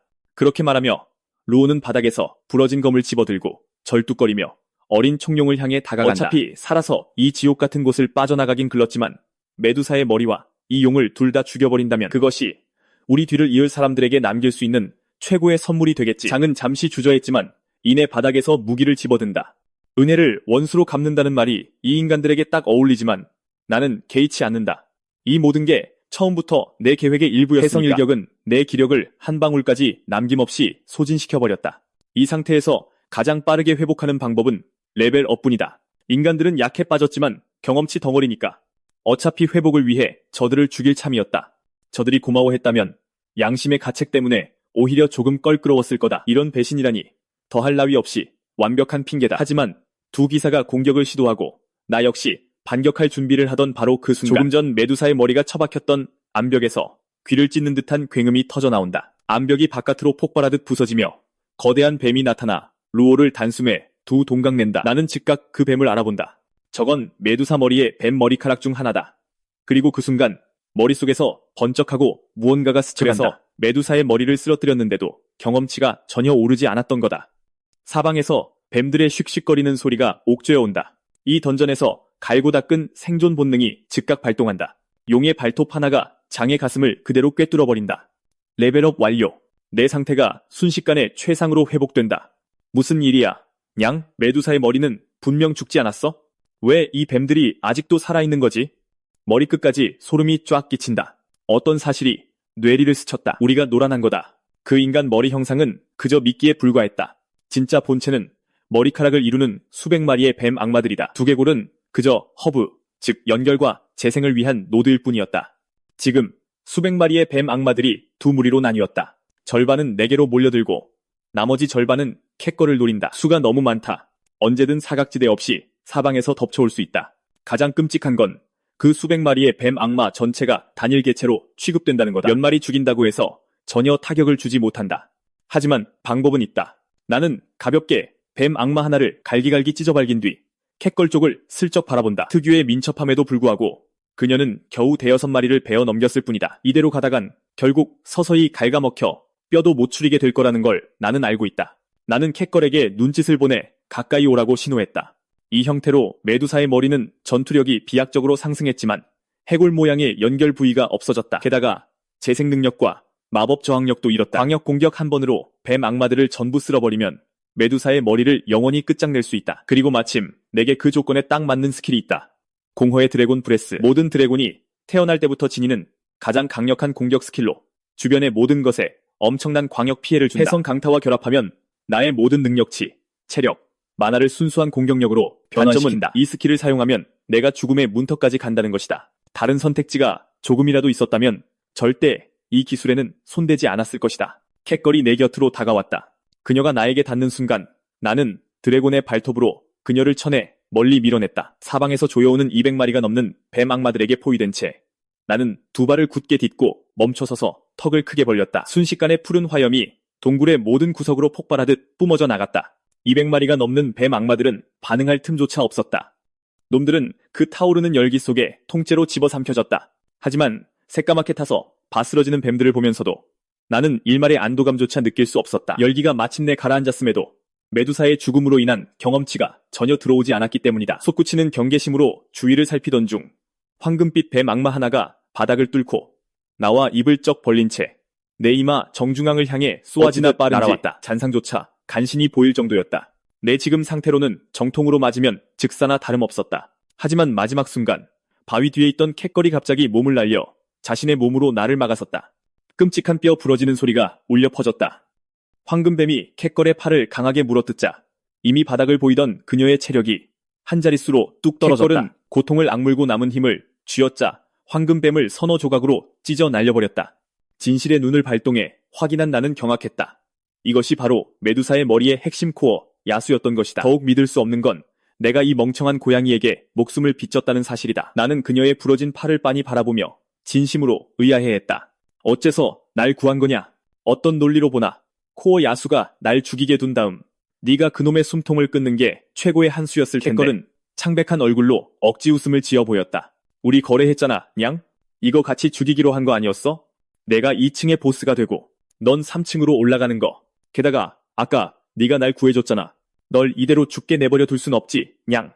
그녀의 순진한 말에 나는 묘한 허수음이 나왔다. 인간들의 차갑고 배은망덕했던 모습을 떠올려보니 오랫동안 품어왔던 인간, 우월주의에 대해 진지하게 다시 생각해볼 필요가 있을 것 같다. 나는 메두사의 머리 잔해로 다가가 발로 두개골을 짓밟아 부순 뒤 조각들을 주워 입에 쑤셔 넣고 2번 씹어 삼켰다. 알림, 메인 퀘스트 50% 완료. 해제 포인트를 획득했습니다.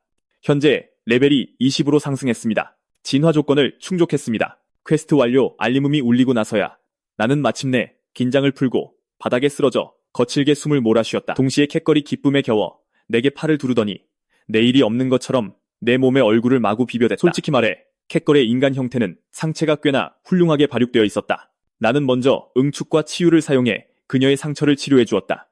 그러고 나서 주위를 둘러보았다. 메두사의 머리가 죽자 3층으로 향하는 통로가 활짝 열렸다. 하지만 내가 통로로 뛰어들려는 찰나 캣걸이 아쉬움이 가득한 얼굴로 입을 열었다. 우린 진짜 환상의 팀인데 내가 남는다면 2층에선 우리를 막을 자가 없을 거야, 냥. 그녀는 번뜩이는 아이디어라도 떠오른 듯 잠시 말을 멈췄다. 그러더니 얼굴을 붉히며 내뱉었다.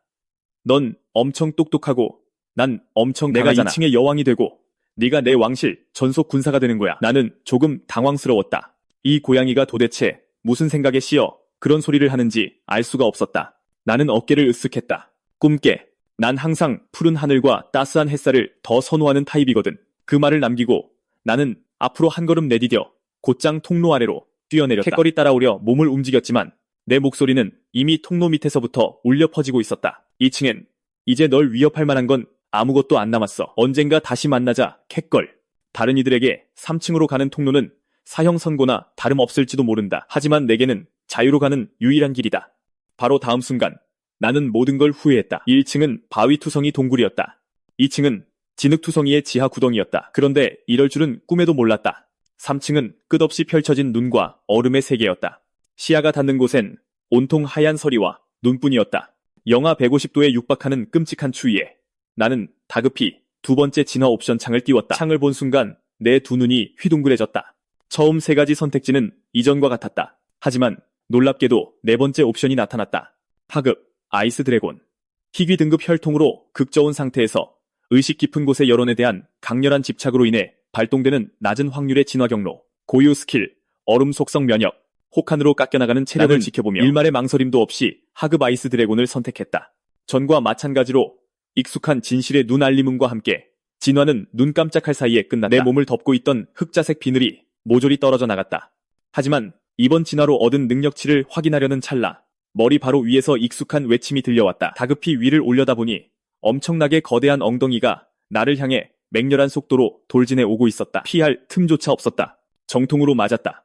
내가 비키라고 했잖아, 냥. 한동안 탐색을 해보니 3층은 처음 2층과는 전혀 다르다는 게 확실해졌다. 순백의 얼음과 눈으로 뒤덮인 끝없는 세계였다. 이곳의 야수들조차 반투명하고 얼음 같아서 마치 얼음 조각상처럼 보였고 하나같이 레벨 70 이상이었다. 3층을 최대한 빨리 돌파하기 위해 나와 캣걸은 이곳의 야수들을 사냥하며 레벨부터 올리기로 결정했다. 그렇게 열흘이 넘는 훈련과 적응 기간 동안 수천 마리의 얼음 조각 야수들을 미친 듯이 학살한 끝에 내 레벨은 2차 진화 8레벨에 도달했다. 진화할 때마다 레벨이 초기화되므로 지금의 나는 88레벨의 던전 야수와 맞먹는 셈이다. 파티 보너스 덕을 톡톡히 본 캣걸도 같은 기간 동안 51레벨에서 62레벨로 훌쩍 뛰어올랐다. 하지만 레벨이 오를수록 3층 협곡에 대한 깊은 위화감을 느끼기 시작했다.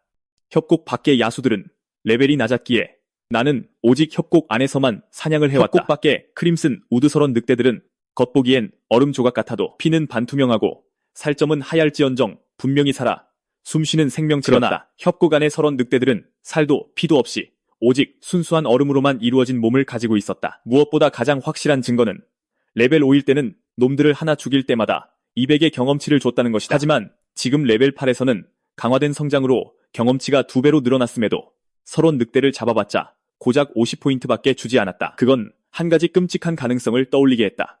나는 고양이 소녀를 데리고 협곡 더 깊은 곳으로 나아갔다. 가는 길에 온갖 마수들과 마주쳤지만 예외 없이 모두 얼음으로 된 몸을 가지고 있었다. 본능도, 지능도, 소통할 능력도 없었다. 가장 충격적인 건 협곡 깊은 곳에서 온몸이 얼음으로 이루어진 인간을 발견했다는 것이다. 이로써 내 의심은 확신이 되었다. 이 협곡에 있는 모든 마수들은 소환된 꼭두각시라는 것을, 그리고 협곡의 마수들 중 약한 낙오자가 거의 없다는 점을 감안하면 이 모든 배후에 있는 존재는 압도적으로 강할 것이 분명했다. 거의 확실하게 3층 보스, 얼음 불사조일 것이다. 고양이 소녀와 나는 꼬박 사흘 동안 앞으로 나아갔다. 소환된 꼭두각시들을 끊임없이 죽이며 나는 2차 진화 11레벨에 도달했고 고양이 소녀는 75레벨까지 하지만 올랐다. 레벨업은 몸을 회복시켜줄 뿐 정신까지 회복시켜주진 않는다. 거의 쉬지 못한 고양이 소녀는 걸음마다 비틀거리고 있었다. 나 더는 못 걷겠어. 냥, 우리 제발 좀 쉬면 안 될까? 3층 보스가 바로 코앞이야. 녀석을 죽이고 나서 쉬어. 피곤하면 여기서 멈춰도 돼. 내 속도라면 1시간 안에 날 따라잡을 수 있을 테니까. 그 말에 고양이 소녀가 얼굴을 찌푸린다. 나를 혼자 두고 가는 건 도저히 마음에 걸렸는지 그녀는 이를 악물고 계속 걸음을 옮긴다. 개소년, 너 요즘 좀 이상하게 행동해. 왜 그렇게 보스를 죽이는데 집착하는 거야? 빨리 레벨업하고 싶으니까. 리바이어던을 죽이고 이 지옥 같은 곳에서 빠져나가야지. 내 이유는 단순해. 내가 어떤 모습으로 변하든 내 마음은 여전히 인간이니까. 난 조용하고 평화로운 삶을 원해. 이 던전은 애초에 내가 있을 곳이 아니었어. 고양이 소녀는 무언가 말하고 싶은 눈치였지만 내 눈빛에 서린 굳은 결의를 보더니 입술을 꾹 다문 채 억지로 뒤따라왔다. 바로 그때 좁았던 협곡이 광활한 공터로 탁 트였다. 내 발걸음이 멈췄다. 왜 멈춘 거야? 냥, 3층 보스라도 찾았어? 고양이 소녀가 내 시선을 따라왔다. 그곳 널찍한 평야의 얼음 둥지 한가운데 마치 처음부터 우리를 기다렸다는 듯 거대한 얼음 불사조가 미동도 없이 앉아있었다. 얼음 불사조, 레벨 176, 타입, 상위 마수에 가까운 희귀종, 번식가치, 대단히 높음, 6차원 능력치, 패널 전체가 4자리나 5자리 숫자로 도배된 마수를 보는 건 이번이 처음이었다. 이게 고작 3층 보스라는 게 믿기지 않지만 단순한 수치만으로는 아무 의미가 없다. 스킬 활용, 전술, 그리고 날카로운 직감. 바로 그것들이 승자와 패자를 결정짓는 법이니까. 앞으로 나섰다. 놀랍게도 얼음 불사조가 먼저 입을 열었다. 어찌하여 나의 평온을 깨뜨리러 왔느냐. 대화할 의향이 있어 보이니 나도 응수해주지. 4층으로 가는 입구가 내 둥지 바로 아래에 있지? 우리는 4층으로 갈 거다. 네가 길을 비켜준다면 오늘 우리 중 아무도 죽을 필요는 없어. 얼음 불사조는 수정처럼 맑은 눈을 굴리더니 오랜 침묵 끝에 입을 열었다. 나는 그저 영혼의 끝이 다가올 때까지 내 아이와 함께 이곳에 머물고 싶을 뿐이다. 어찌하여 나의 고요함을 어지럽히려 하느냐. 나는 녀석의 발 아래를 슬쩍 보았다. 그곳에는 뼈만 남은 작은 얼음 불사조가 누워 있었다. 저게 네 아이냐? 얼음 불사조는 대답하지 않았다. 그저 아이가 살아있기라도 한 것처럼 한없는 다정함으로 작은 해골을 내려다볼 뿐이었다. 나는 이런 상황을 참아줄 인내심도 녀석의 사정에도 관심이 없었다. 나는 자세를 잡고 싸울 준비를 했다. 고양이 소녀는 이 모습을 지켜보며 얼음 불사조와 싸우길 꺼리는 듯했다. 동정심이나 호기심 때문이 아니라 그저 우리가 이길 수 없다고 생각했기 때문이다. 지금 당장은 그런 건 내 알바 아니었다. 너와 내 아이 사이에 무슨 일이 있었든 간에 난 그저 4층에 가고 싶을 뿐이다. 그 말에 얼음 불사조는 고개를 들고 일말의 따스함이 담긴 눈으로 나를 보더니 이해할 수 없는 말을 이어갔다. 너 또한 그렇구나. 내 사랑하는 아이의 놀이, 친구가 되고 싶은 것이로구나. 마지막 한 가닥 남은 인내심마저 끊어지자 나는 말을 멈췄다. 나는 파동의 힘을 타고 청록색 포탄이 되어 가진 모든 것을 끌어모아 얼음 불사조에게 격돌했다. 입을 크게 벌리고 공허의 드래곤 브레스 파동을 연달아 3발 내뿜었다. 고양이 소녀는 두 앞다리를 빠르게 휘두르며 수십 개의 윈드 블레이드를 동시에 쏘아보냈다. 우리의 공격은 폭풍우처럼 얼음 불사조에게 쏟아졌고 녀석의 체력을 5분의 1로 깎아내렸다. 하지만 기쁨은커녕 불안감만 커져갔다. 전투가 시작된 순간부터 얼음 불사조는 반격조차 하지 않았으니까. 우리가 무슨 공격을 퍼붓든 녀석은 말뚝처럼 제자리에 서서 꿈쩍도 하지 않았다. 내 전투 본능이 망설이라고 비명을 지르고 있었다. 하지만 공허의 드래곤 브레스에 마지막 한 발을 쏘아내려던 찰나 협곡벽에 갈라진 틈에서 수십 마리의 얼음 마수들이 갑자기 쏟아져 나왔다. 지금까지 산처럼 가만히 있던 얼음 불사조가 마침내 움직였다. 녀석은 양날개를 활짝 폈다. 몰려들던 얼음 마수들이 녹아내리듯 조각조각 부서지더니 얼음물로 변해 얼음 불사조의 몸으로 곧장 흘러들었고 바닥을 보였던 녀석의 체력바를 순식간에 꽉 채워버렸다. 가슴이 철렁 내려앉았다. 얼음 불사조는 장난을 끝낼 셈인 듯했다. 녀석이 폭발적인 힘으로 날갯짓을 하자 상상을 초월하는 허리케인이 일어났다. 손가락과 발가락 끝에서부터 얼음이 기어오르기 시작하더니 단 한 번의 숨결 만에 내 상체 전체가 얼음에 갇혀버렸다. 내 몸에서 의식이 빠르게 빠져나갔다. 희미해져가는 의식 속에서 한 목소리가 들려왔다. 개소년, 도망쳐. 네가 잘못 계산했어. 우린 저 녀석의 상대가 안 돼. 그 후로 모든 것이 암흑으로 변했다. 정신을 차렸을 때 얼마나 많은 시간이 지났는지 알 수 없었다. 눈을 떠보니 더 이상 협곡이 아니었다. 내 앞에는 늙은 사슴을 닮은 무언가가 따스하게 미소 짓고 있었다. 깨어났느냐? 날카롭고 공포에 질린 비명이 순식간에 설원을 찢어놓았다. 1분 후 나는 심장이 여전히 요동치는 채 바닥에 뻗어 헐떡거리고 있었다. 내가 의식을 잃은 동안 이 거대하고 기이한 마수가 날 잡아먹지 않았다는 사실이 여전히 믿기지 않아 다시 하늘을 올려다보았다. 그뿐만 아니라 녀석은 거대한 몸으로 나를 덮어주고는 내가 스스로 깨어날 때까지 꼬박만 하루를 기다려주었다. 이 던전에도 선한 존재가 있다니 내가 안다고 생각했던 모든 것이 산산조각 나는 기분이었다. 그쪽이 절 구해준 건가요? 나는 조심스레 물었다. 대머리를 한 그 마수는 진심으로 놀란 듯 보였다. 의사소통이 가능한 겐가? 텔레파시도 할 줄 아는 거냐? 나는 조금 어색하게 고개를 끄덕였다. 방금 내가 소리내서 말했던가? 대머리 야수가 고개를 한쪽으로 갸웃거렸다. 사과하마. 너무 오래 살다 보니 기억이 좀 가물가물해서 말이다. 하지만 널 구한 건 내가 아니란다. 네 친구였지. 그 말에 나는 눈을 깜빡였다. 네, 그 몽구스 말이야. 어떻게 잊을 수가 있니? 몽구스라니, 고양이 소녀. 나는 그 자리에 얼어붙고 말았다. 기억의 파편들이 주마등처럼 스쳐 지나갔다. 기억났다. 얼음 불사조의 냉기가 이미 내 온몸을 얼음 속에 가둬버렸었지. 하지만 바로 그 순간 고양이 소녀가 내 곁으로 달려오더니 남은 힘을 다 짜내어 나를 둥지 밖으로 내던지며 외쳤다. 개소년아, 꼭 날 구하러 와야 해. 그 사실이 가슴을 무겁게 짓눌렀다. 나는 털썩 무릎을 꿇었다.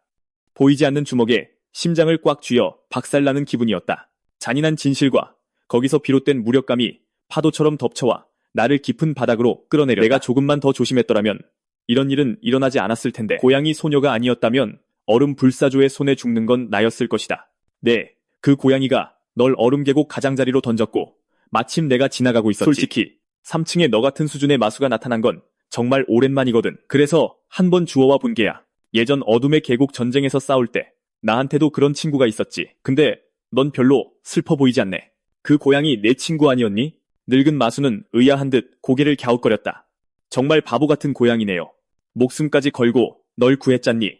어떻게 그렇게 아무렇지 않을 수 있어? 그럼 제가 뭘 어떻게 해야 합니까? 나는 돌아서서 얼음 계곡을 향해 걸음을 옮겼다. 늙은 마수가 즉각 내 앞을 가로막았다. 왜 막으시는 겁니까? 어린 마수가 제 발로 사지에 걸어 들어가려 하니 그걸 막는 게 어른의 도리니까. 고양이 소녀는 죽었고 저 때문에 죽었습니다. 복수를 하는 건 제 책임입니다.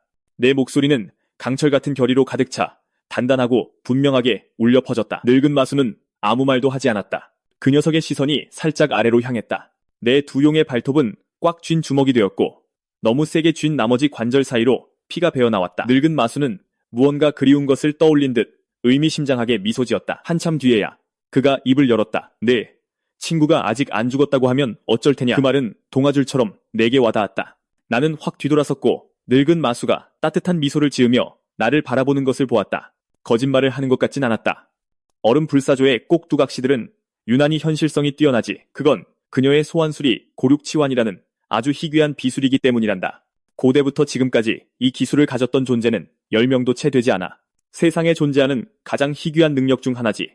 보통 소환수는 원본보다 약하기 마련이지만 고륙치환은 원본과 같거나 심지어 더 강한 생명체를 만들어낼 수 있어. 복사하는 게 아니라 빼앗는 거니까. 생명체를 가두고 죽인 다음 영혼은 보존하고 이성은 지워버린 채 얼음으로 육체를 소환이라기보다는 다시 빚어내는 거지. 꼭두각시로 만드는 것에 가깝달까. 그래서 그녀의 소환수를 죽여도 여전히 경험치를 얻을 수 있는 거야. 네가 얼음 계곡에서 마주친 모든 마수들은 예외 없이 얼음 불사조의 꼭두각시란다. 3층은 이미 오래전부터 얼음 불사조의 완전한 통제하에 놓여 있었어. 몇몇 약한 나고자들을 제외하면 힘이 조금이라도 있는 것들은 전부 얼음 불사조의 꼭두각시로 변해버렸지. 그 사실은 감당하기 버거울 정도로 충격적이었다. 하지만 그게 고양이 소녀가 아직 살아있다는 거랑 무슨 상관이죠?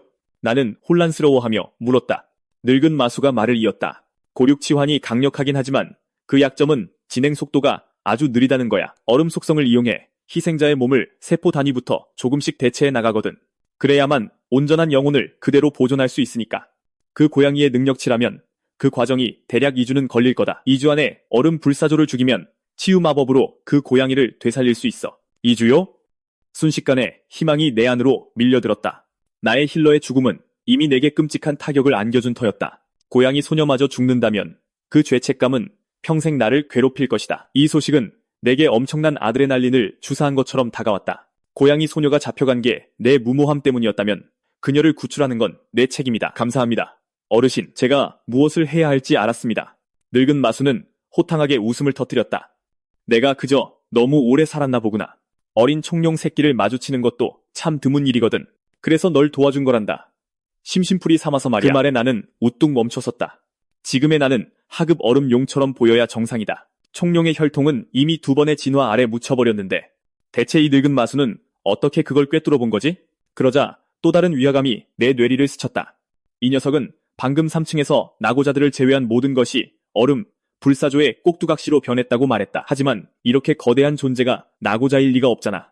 그렇다면 어떻게 얼음 불사조의 마수에서 벗어난 거지? 마치 내 마음을 읽은 듯 늙은 마수의 눈빛에 장난기가 스쳐 지나갔다. 너한테도 진실이라는 희귀 스킬이 있지 않느냐? 그거 참 사기적인 능력이란 말이지. 고대 시대부터 지금까지 널 제외하면 그 능력을 지닌 신을 딱 한 명 봤거든. 지금 당장 진실을 써서 직접 확인해보는 게 어떠냐? 나는 충격을 넘어 경악했다. 내 진실 스킬까지 알고 있을 줄은 상상도 못했다. 그럼 제 무례를 용서하십시오, 어르신. 나는 마음을 가다듬고 고개를 들어 이 거대하고 기이한 마수에게 진실을 발동했다. 데이터가 선명해지는 순간 눈앞이 깜깜해지며 다리에 힘이 풀려 그대로 바닥에 주저앉고 말았다. 내 앞에 있는 이 기괴하게 생긴 짐승은 레비아탄의 레벨조차 뛰어넘는 최고 신수였기 때문이다. 대상 바빌론 레벨 413 종족 최고 신수. 당신 대체 정체가 뭡니까? 내 목소리는 주체할 수 없이 떨렸지만 바빌론은 미소만 지을 뿐 아무 말도 하지 않는다. 그는 지푸른 하늘을 올려다보며 마치 오래전의 아름다운 무언가를 떠올리듯 입가에 잔잔한 미소를 지었다. 긴 침묵 끝에 그가 중얼거렸다. 한때 나는 100만 마신의 군단과 맞서 싸웠지. 손가락 한 번 튕기는 것으로 새벽과 황혼을 갈라놓았다네. 이제 나는 홀로 걷고 이 평온에 만족하며 잊혀진 것에 여전히 감사한다네. 알고 보니 신들이 처음 던전을 만들었을 때 듀얼 보스 체제로 설계했다고 한다. 하지만 시간이 흘러 바빌론이 전투와 모든 일에 지치고 나이가 들자 그는 가장 살기 좋은 3층으로 은둔했고 훨씬 더 강력한 레비아탄이 홀로 던전을 지배하게 두었다. 그의 짧은 소개가 끝난 후 나는 그저 씁쓸한 미소를 지을 수밖에 없었다. 이 던전을 겨우 절반쯤 왔을 뿐인데 벌써 2명의 최종 보스와 모두 마주치다니. 이게 운이 좋은 건지 나쁜 건지 솔직히 나도 모르겠다. 하지만 적어도 레비아탄과 달리 바빌론은 다가가기 쉽고 적이도 없다. 어르신, 제가 정말 얼음 불사조를 꺾고 캣거를 구할 수 있을까요? 바빌론은 곧바로 대답하지 않는다. 그와 레비아탄이 던전의 최종 보스로 함께 배치된 이유는 간단하다. 레비아탄은 무력을, 바빌론은 지혜를 상징하기 때문이다. 그는 잠시 생각하더니 내게 질문을 되돌려준다. 이곳은 던전이라네. 자네가 지금까지 죽인 모든 마수들 중에서 여태껏 자네보다 레벨이 높지 않은 녀석이 단 하나라도 있었나? 바빌론의 온화한 시선에 온몸이 오싹해진다. 이것은 단순한 친절이 아니다. 진정한 현자가 1000마디 말을 단 하나의 질문으로 압축해낸 것이다. 나는 그가 하는 말의 무게를 단숨에 이해했다. 바빌론이 아무리 세상 일에 초연하다 해도 그는 여전히 던전의 보스이며 얼음 불사조 또한 마찬가지다. 그가 나를 구해준 것은 던전에 재능 있는 마수에 대한 찬사로 볼 수 있다. 하지만 최종 보스인 바빌론이 다른 보스를 죽이는 방법을 내게 가르쳐줄 리는 없다. 나는 오랫동안 고개를 숙여 생각에 잠겼다가 일어선다. 감사합니다. 어르신, 이해했습니다. 나는 몸을 돌려 얼음 계곡 방향으로 향한다. 주? 아니, 열흘. 2주는 너무 빠듯하다. 캣걸이 그렇게 오래 버티지 못할 수도 있다. 열흘이다. 내가 스스로에게 허락한 시간은 그게 전부다. 정신을 잃었던 시간을 빼면 내게 남은 건 9일 뿐이고 그중 단 1초도 낭비하지 않을 얼음 것이다. 계곡 입구에 서서 10킬이 넘는 얼음 덩어리를 집어든 뒤 모든 힘을 끌어모아 파동과 결합해 계곡 안으로 전력을 다해 집어던진다. 그 투척에 담긴 순수한 힘은 얼음에 대포알 같은 파괴력을 부여한다. 그것은 1km도 넘게 떨어진 얼음벽에 벼락 같은 굉음을 내며 충돌했고 그 폭음은 벽에 매달려 있던 얼음뼈 솔개들을 순식간에 경노하게 만들었다. 순식간에 계곡 입구 근처에 도사리고 있던 2-3-0마리의 얼음뼈 솔개들이 일제히 하늘로 날아오른다. 하지만 그 압도적인 무리를 보며 나는 그저 미소 지을 뿐이다. 사실은 이렇다. 얼음 불사조는 자신의 얼음 꼭두각시들을 흡수하여 체력을 회복할 수 있다. 얼음 계곡에 얼음 꼭두각시가 남아있는 한 얼음 불사조는 사실상 불사신이나 다름없다. 그리고 얼음 계곡의 모든 마수는 이미 얼음 꼭두각시로 변해버렸다. 그렇다면 그 능력을 박탈하는 동시에 내 힘을 기르는 건 어떨까? 얼음 계곡에 다시 들어가기 전 나는 얼락 포인트 40을 소모해 성장 강화를 2레벨로 업그레이드한다. 이 스킬은 전투 외의 상황에서 분당 2의 경험치를 지속적으로 생성하고 처치 시 얻는 모든 경험치를 4배로 늘려준다. 나는 자세를 가다듬고 하늘을 뒤덮은 얼음뼈 솔개들을 향해 드래곤의 발톱을 치켜든다. 얼음 계곡을 쓸어버리기까지 남은 시간은 9일. 너희가 그 첫 번째 재물이다. 그리고 그렇게 6일이 지났다. 마지막 순종 코토수 꼭두각시가 쓰러지는 것과 동시에 내 몸도 한계에 달해 바닥에 쓰러진다. 알림. 순종 코토수 멸종. 멸종 보너스 20 얼락 포인트를 획득했습니다. 총 얼락 포인트 416점, 레벨이 16으로 올랐습니다. 이것으로 내가 멸종시킨 얼음뼈 마수 꼭두각시는 11번째 종이다. 6일. 나는 현재 레벨에서 셀 수조차 없을 만큼 내 자신을 절대적인 한계까지 밀어붙였다. 남은 2종을 마저 쓸어버린다 해도 레벨이 더 오르진 않겠지만 그래도 해내야만 한다. 얼음 불사조의 불사 능력을 영원히 빼앗기 위해서이기도 하지만 무엇보다 90%더 많은 얼락 포인트를 모아야 하기 때문이다. 승리를 장담하려면 반드시 해제해야만 하는 2가지 스킬이 있다. 한편 얼음 계곡 깊은 곳에서 얼음 불사조는 응시하고 있다. 얼음알 속에 얼어붙은 실루엣을 깊은 의문에 빠진 채 바라본다. 열흘이 지났다. 당연한 이치라면 고작 레벨 75의 마수는 지금쯤 장기까지 녹아내렸어야 했다. 그러나 얼음 속에 갇힌 캣걸은 피부 침식이 겨우 20% 정도 진행되었을 뿐이다. 그녀의 나머지 몸은 거의 전혀 손상되지 않았다. 얼음 불사조는 이 고양이가 깊은 무의식 속에서도 마음 가장 깊은 곳에 강렬하고 흔들리지 않는 어떤 감정을 품고 있음을 느낄 수 있다. 그 감정이 그녀의 육체적 생명력이 얼어붙는 것을 막고 있었기에 고륙 대체가 이토록 느리게 진행되는 것이지만 제 아무리 강한 의지라도 결국엔 꺾이기 마련이다. 얼음 불사조의 2눈을 채운 것은 조바심이 아니라 다정하고 소유욕이 가득한 무언가였다. 그녀에게 이 아이는 상상할 수 있는 가장 완벽한 꼭두각시였기 때문이다. 그러나 바로 그때 어떤 목소리가 얼음 둥지의 정적을 산산조각낸다. 얼음 불사조는 머리부터 꼬리까지 흠칫 놀라며 고개를 들었고 자신의 시야에 나타난 드래곤 형태의 마수를 믿을 수 없다는 듯 노려본다. 내 힘을 직접 2눈으로 보았을 텐데 어찌 감히 다시 돌아온 것이냐? 불과 9일 만에 나에게서 뿜어져 나오는 살기는 10배 이상 짙어져 있었다. 나는 차갑고 오만한 눈빛으로 얼음 불사조의 시선을 정면으로 받아내며 차분하게 말했다. 누군가를 강제로 가둬두는 건 범죄라고. 너희 엄마가 이번에는 안 가르쳐주던 얼음 불사조에게서 예전 같은 경멸의 기색을 찾아볼 수 없었다. 녀석은 진심으로 나를 위협적인 존재로 바라보고 있다. 9일 전 얼음 불사조는 발견하고 놀랐었다. 그토록 강력한 마수가 여전히 3층을 배회하고 있다는 사실에 놀라긴 했지만 녀석의 눈에는 여전히 진지하게 상대할 만한 적이 아니었다. 기껏해야 평범한 약골들보다 조금 더 강한 정도라고 여겼을 뿐이다. 그러나 불과 9일 만에 그녀는 이제 이 작은 생물체에게서 모든 것을 뒤집어 엎을 만한 변화를 목격하고 있다. 캣걸이 얼마나 더 버틸 수 있을지는 알 수 없다. 나는 말을 아낀다. 한 발짝 앞으로 내디디며 얼음 불사조의 얼굴을 향해 한 줄기 번개가 되어 날아갔고 자비 없이 녀석의 얼굴에 발차기를 꽂아 넣는다. 그 충격으로 생성된 곡선형 충격파가 칼날처럼 땅을 갈라놓는다. 얼음 불사조는 충격에서 벗어나 분노를 터뜨리며 나를 노려보았고 모든 것을 얼려버리는 브레스를 뿜어낸다. 하지만 브레스가 입 밖으로 뿜어져 나오는 순간 코앞에 있던 작은 드래곤이 마치 순간이동이라도 한 것처럼 사라져버린 것을 깨닫고 얼음 불사조는 경악한다. 여기 위다. 이 미친놈아. 내 목소리가 머리 꼭대기에서 들려온다.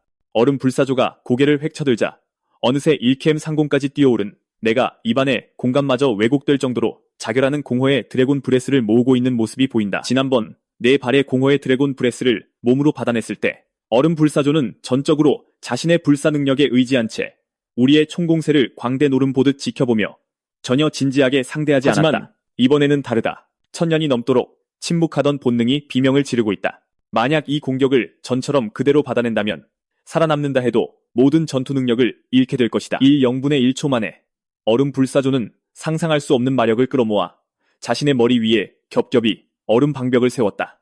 총 5겹의 얼음 불사조의 위로 절대 뚫리지 않을 듯한 요새가 형체를 갖춘다. 공허 천공. 나는 턱을 벌려 수백 미터에 달하는 거대한 화염구를 쏘아 올렸고 온 하늘을 붉게 타오르는 화염으로 그을려버렸다. 첫 번째 결계는 닿기도 전에 증발해버렸다. 그리고 두 번째, 세 번째, 네 번째까지 뚫리자 얼음 불사조의 얼굴이 공포로 하얗게 질린다. 마지막 서리 결계가 순식간에 뚫리고 화염구는 얼음 둥지와 함께 단숨에 얼음 불사조의 몸을 꿰뚫어버린다. 얼음 불사조의 처절하고 찢어지는 듯한 비명이 얼음 계곡을 가른다. 단 일격에 체력의 절반이 날아갔다. 5겹의 서리 결계가 위력을 대부분 흡수하지 않았다면 방금 그 일격만으로 얼음 불사조는 즉사했을 것이다. 어떻게 이렇게 강해진 거지? 나는 고통 속에서 바닥을 뒹구는 얼음 불사조를 향해 경계를 늦추지 않고 모든 것을 걸고 싸우는 자의 태세를 취한다. 그 공격은 단순히 공허의 브레스가 퍼지는 것을 억제해 압축시킨 게 아니었다. 무려 300해제 포인트를 들여 개방한 상급 고유 스킬이었다. 공허의 브레스의 상위 형태, 공허 천공. 용족이 지닌 가장 강력한 기술, 신들조차 가질 수 없는 힘이다. 얼음 불사조는 믿을 수 없다는 듯 나를 노려본다. 내 스킬이 아무리 뛰어나다 해도 순수한 힘의 크기는 내게 미치지 못해. 그런데 대체 어떻게 이런 일이 가능한 거지? 너 정도 레벨의 마수라면 스킬 감정 정도는 있을 텐데. 안 그래? 직접 확인해 보시지. 나는 덤덤하게 말한다. 스킬 감정은 흔한 스킬이다. 그 효과는 진실의 다른 능력들이 빠진 간소화된 버전에 불과하다. 하지만 진실과 마찬가지로 타인의 레벨과 능력치를 읽을 수 있게 해준다. 싸우기 전에 감정을 사용해 양측의 전력 차이를 가늠하는 것은 거의 모든 전투의 기본이다. 9일 전에 내 능력치를 이미 확인했었기에 얼음 불사조는 이번엔 굳이 확인하지 않았던 것이다. 하지만 오늘 내 능력치를 다시 읽어낸 순간 얼음 불사조의 동공이 수축한다. 그리고 특정 스킬 하나에 도달했을 때 녀석이 받은 충격은 어마어마했다. 혈통 최적화. 소유자의 신체를 최적의 상태로 조정하여 모든 능력치를 영구적으로 50% 상승시키며 여기에는 향후 레벨업으로 얻는 능력치까지 포함된다. 더 높은 레벨의 적과 상대할 때 레벨 억압을 상쇄하기 위해 최대 40레벨까지의 레벨 보정을 제공한다. 스킬 트리의 최상위 스킬 그룹의 공허, 천공과 함께 나란히 있는 이 스킬은 200해제 포인트를 소모하며 완전한 진화와 맞먹는 능력치 40레벨을 보정한다. 얼음 불사조의 레벨 우위를 사실상 무의미하게 만들어버린다. 그리고 마침내 급속 재생. 예전에는 별 볼 일 없다며 무시했던 그 스킬이 이제 진가를 발휘할 때가 왔다. 5해제 포인트를 소모해 10초 이상 피해를 받거나 자원을 소모하지 않으면 생명력과 마나를 지속적으로 회복시키는 패시브 스킬이다. 자원을 말이다. 505 해제 포인트. 내가 가진 거의 모든 것을 쏟아부었고 그 덕분에 나는 얼음 불사조에 맞설 수 있는 기반을 얻었다. 내 아이가 아끼던 평화를 부수려 하는가. 얼음 불사조가 포효하며 날개를 활짝 편다. 완전히 달라진 내 힘에 직면한 얼음 불사조로서는 진심으로 임할 수밖에 없었다. 얼음 인형의 생명력을 흡수해 회복하고 능력치를 강화한 다음 압도적인 물량으로 상대를 짓밟는다. 그것이 3층에서 얼음 불사조가 언제나 구사해온 전략이었다. 하지만 꼬박 10초가 지났음에도 둥지 근처에는 얼음 인형이 단 한 마리도 나타나지 않았다. 놀랐어? 나는 비릿한 미소를 지으며 고개를 갸웃한다. 얼음 불사조는 마침내 무언가 끔찍하게 잘못되었다는 것을 깨닫는다. 일반적인 소환술과 달리 고륙대체는 진짜 생명력을 가진 얼음 인형을 만들어낸다. 그로 인해 인형들을 조종하는 데에는 막대한 정신력이 소모된다. 대규모로 조종할지라도 기본적인 명령만 내릴 수 있을 뿐이다. 인형들은 대부분 스스로의 판단에 의존할 수밖에 없다. 그래서 개별 인형이 언제 공격받는지 감지하는 것은 사실상 불가능하다. 계곡에 있는 최소 30만 마리의 얼음 인형을 모두 추적하려면 300만이 넘는 지각 능력치가 필요하다. 레비아탄조차도 그렇게 높은 지각 능력을 가질 수는 없을 거다. 그러니 얼음 불사조는 내가 인형들을 쓸어버리는 걸 알아챌 기회조차 없었던 것이다. 이 순간 얼음 불사조는 마치 얼어붙은 심연에 떨어진 듯한 기분을 느낀다. 그녀는 이 조그만 용이 고륙대체의 가장 큰 약점을 간파하고 계곡에 있는 수십만 마리의 얼음 인형들을 모조리 쓸어버렸으리라고는 상상조차 하지 못했다. 내 얼음 인형들은 정말로 강력해. 넌 3층을 지배할 자격이 충분하지만 과거에 너무 사로잡혀 있어. 나도 너와 크게 다르지 않은 경험을 했거든. 나 역시 사랑하는 이들이 내 눈앞에서 죽어가는 걸 지켜봐야 했어. 바빌론이 내 이야기를 해주더라. 내 아이에게 일어난 일은 정말 비극이지만 내가 널 이길 수 있는 이유는 이거야. 내 눈은 항상 내가 잃어버린 이들이 지금의 나를 만들었어. 하지만 넌 여전히 그 과거에 갇혀있잖아. 바빌론. 그 이름을 듣는 순간 얼음 불사조가 격렬하게 몸을 떤다. 그녀의 눈에 깃든 충격이 분노로 응어리진다. 그 되지지도 않는 늑다리 유물 녀석. 얼음 불사조가 날개를 퍼덕이며 끔찍한 돌풍을 불러일으킨다. 그녀 몸 안의 모든 만화가 날개로 솟구치자 수정 같은 날개가 눈이 멀 듯한 7빛깔의 광휘로 타오른다. 내 표정이 굳어진다. 다음 일격이 얼음 불사조의 전력이라는 걸 나는 직감한다. 날개의 광휘가 절정에 달했을 때 얼음 불사조는 날개를 세차게 내리치며 상상을 초월하는 만화의 경류를 쏟아낸다. 그 힘이 닿는 곳마다 공기마저 꽁꽁 얼어붙는다. 그리고 이미 급속 재생으로 완전히 회복된 나 또한 내 생애 가장 강력한 일격인 해성강타와 공허천공을 동시에 날린다. 턱에서 별을 쏘아 올린 듯 상상조차 할 수 없는 열기가 얼어붙어야 마땅할 세상을 녹여버린다. 온 공간이 얼어붙고 있다. 다른 한쪽에서는 만년 동안 녹지 않던 빙하가 녹아내리기 시작한다. 얼음과 불이 충돌하며 터져나온 눈부신 빛의 폭발은 어떤 말로도 다 형용할 수 없었다.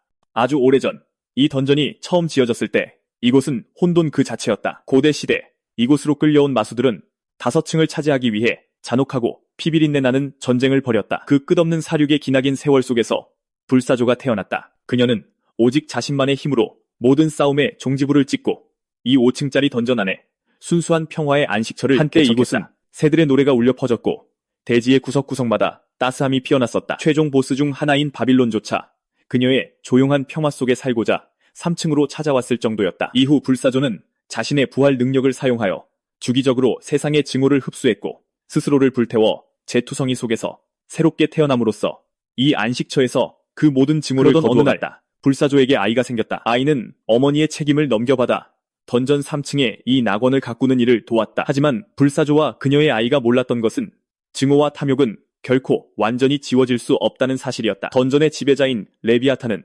이곳의 마수들이 그렇게 편안하게 사는 것을 용납하지 않았다. 마수는 마수다워야 한다며 죽이고 진화하고 차갑게 식어가는 끝없는 굴레에 가두려 했다. 그래서 레비아탄은 3층으로 내려와 불사조의 아이를 죽였고 3층의 모든 마수들의 지성을 빼앗아 이성이 없는 사육기계로 전락시켜버렸다. 불사조는 아이가 마지막 순간에 남긴 말을 아직도 기억한다. 이 평화가 영원히 지속된다면 얼마나 좋을까요? 우리가 이 던전의 저주를 끊어낼 수만 있다면요. 바빌론, 당신은 레비아탄과 동등한 이 던전의 지배자잖아요. 내가 이곳에 일궈놓은 모든 것을 파괴하도록 수수방관만 한 거죠? 그 질문에 대한 바빌론의 대답은 짧은 한마디뿐이었다. 나도 노력했네. 바빌론이 내 이야기를 해주더라.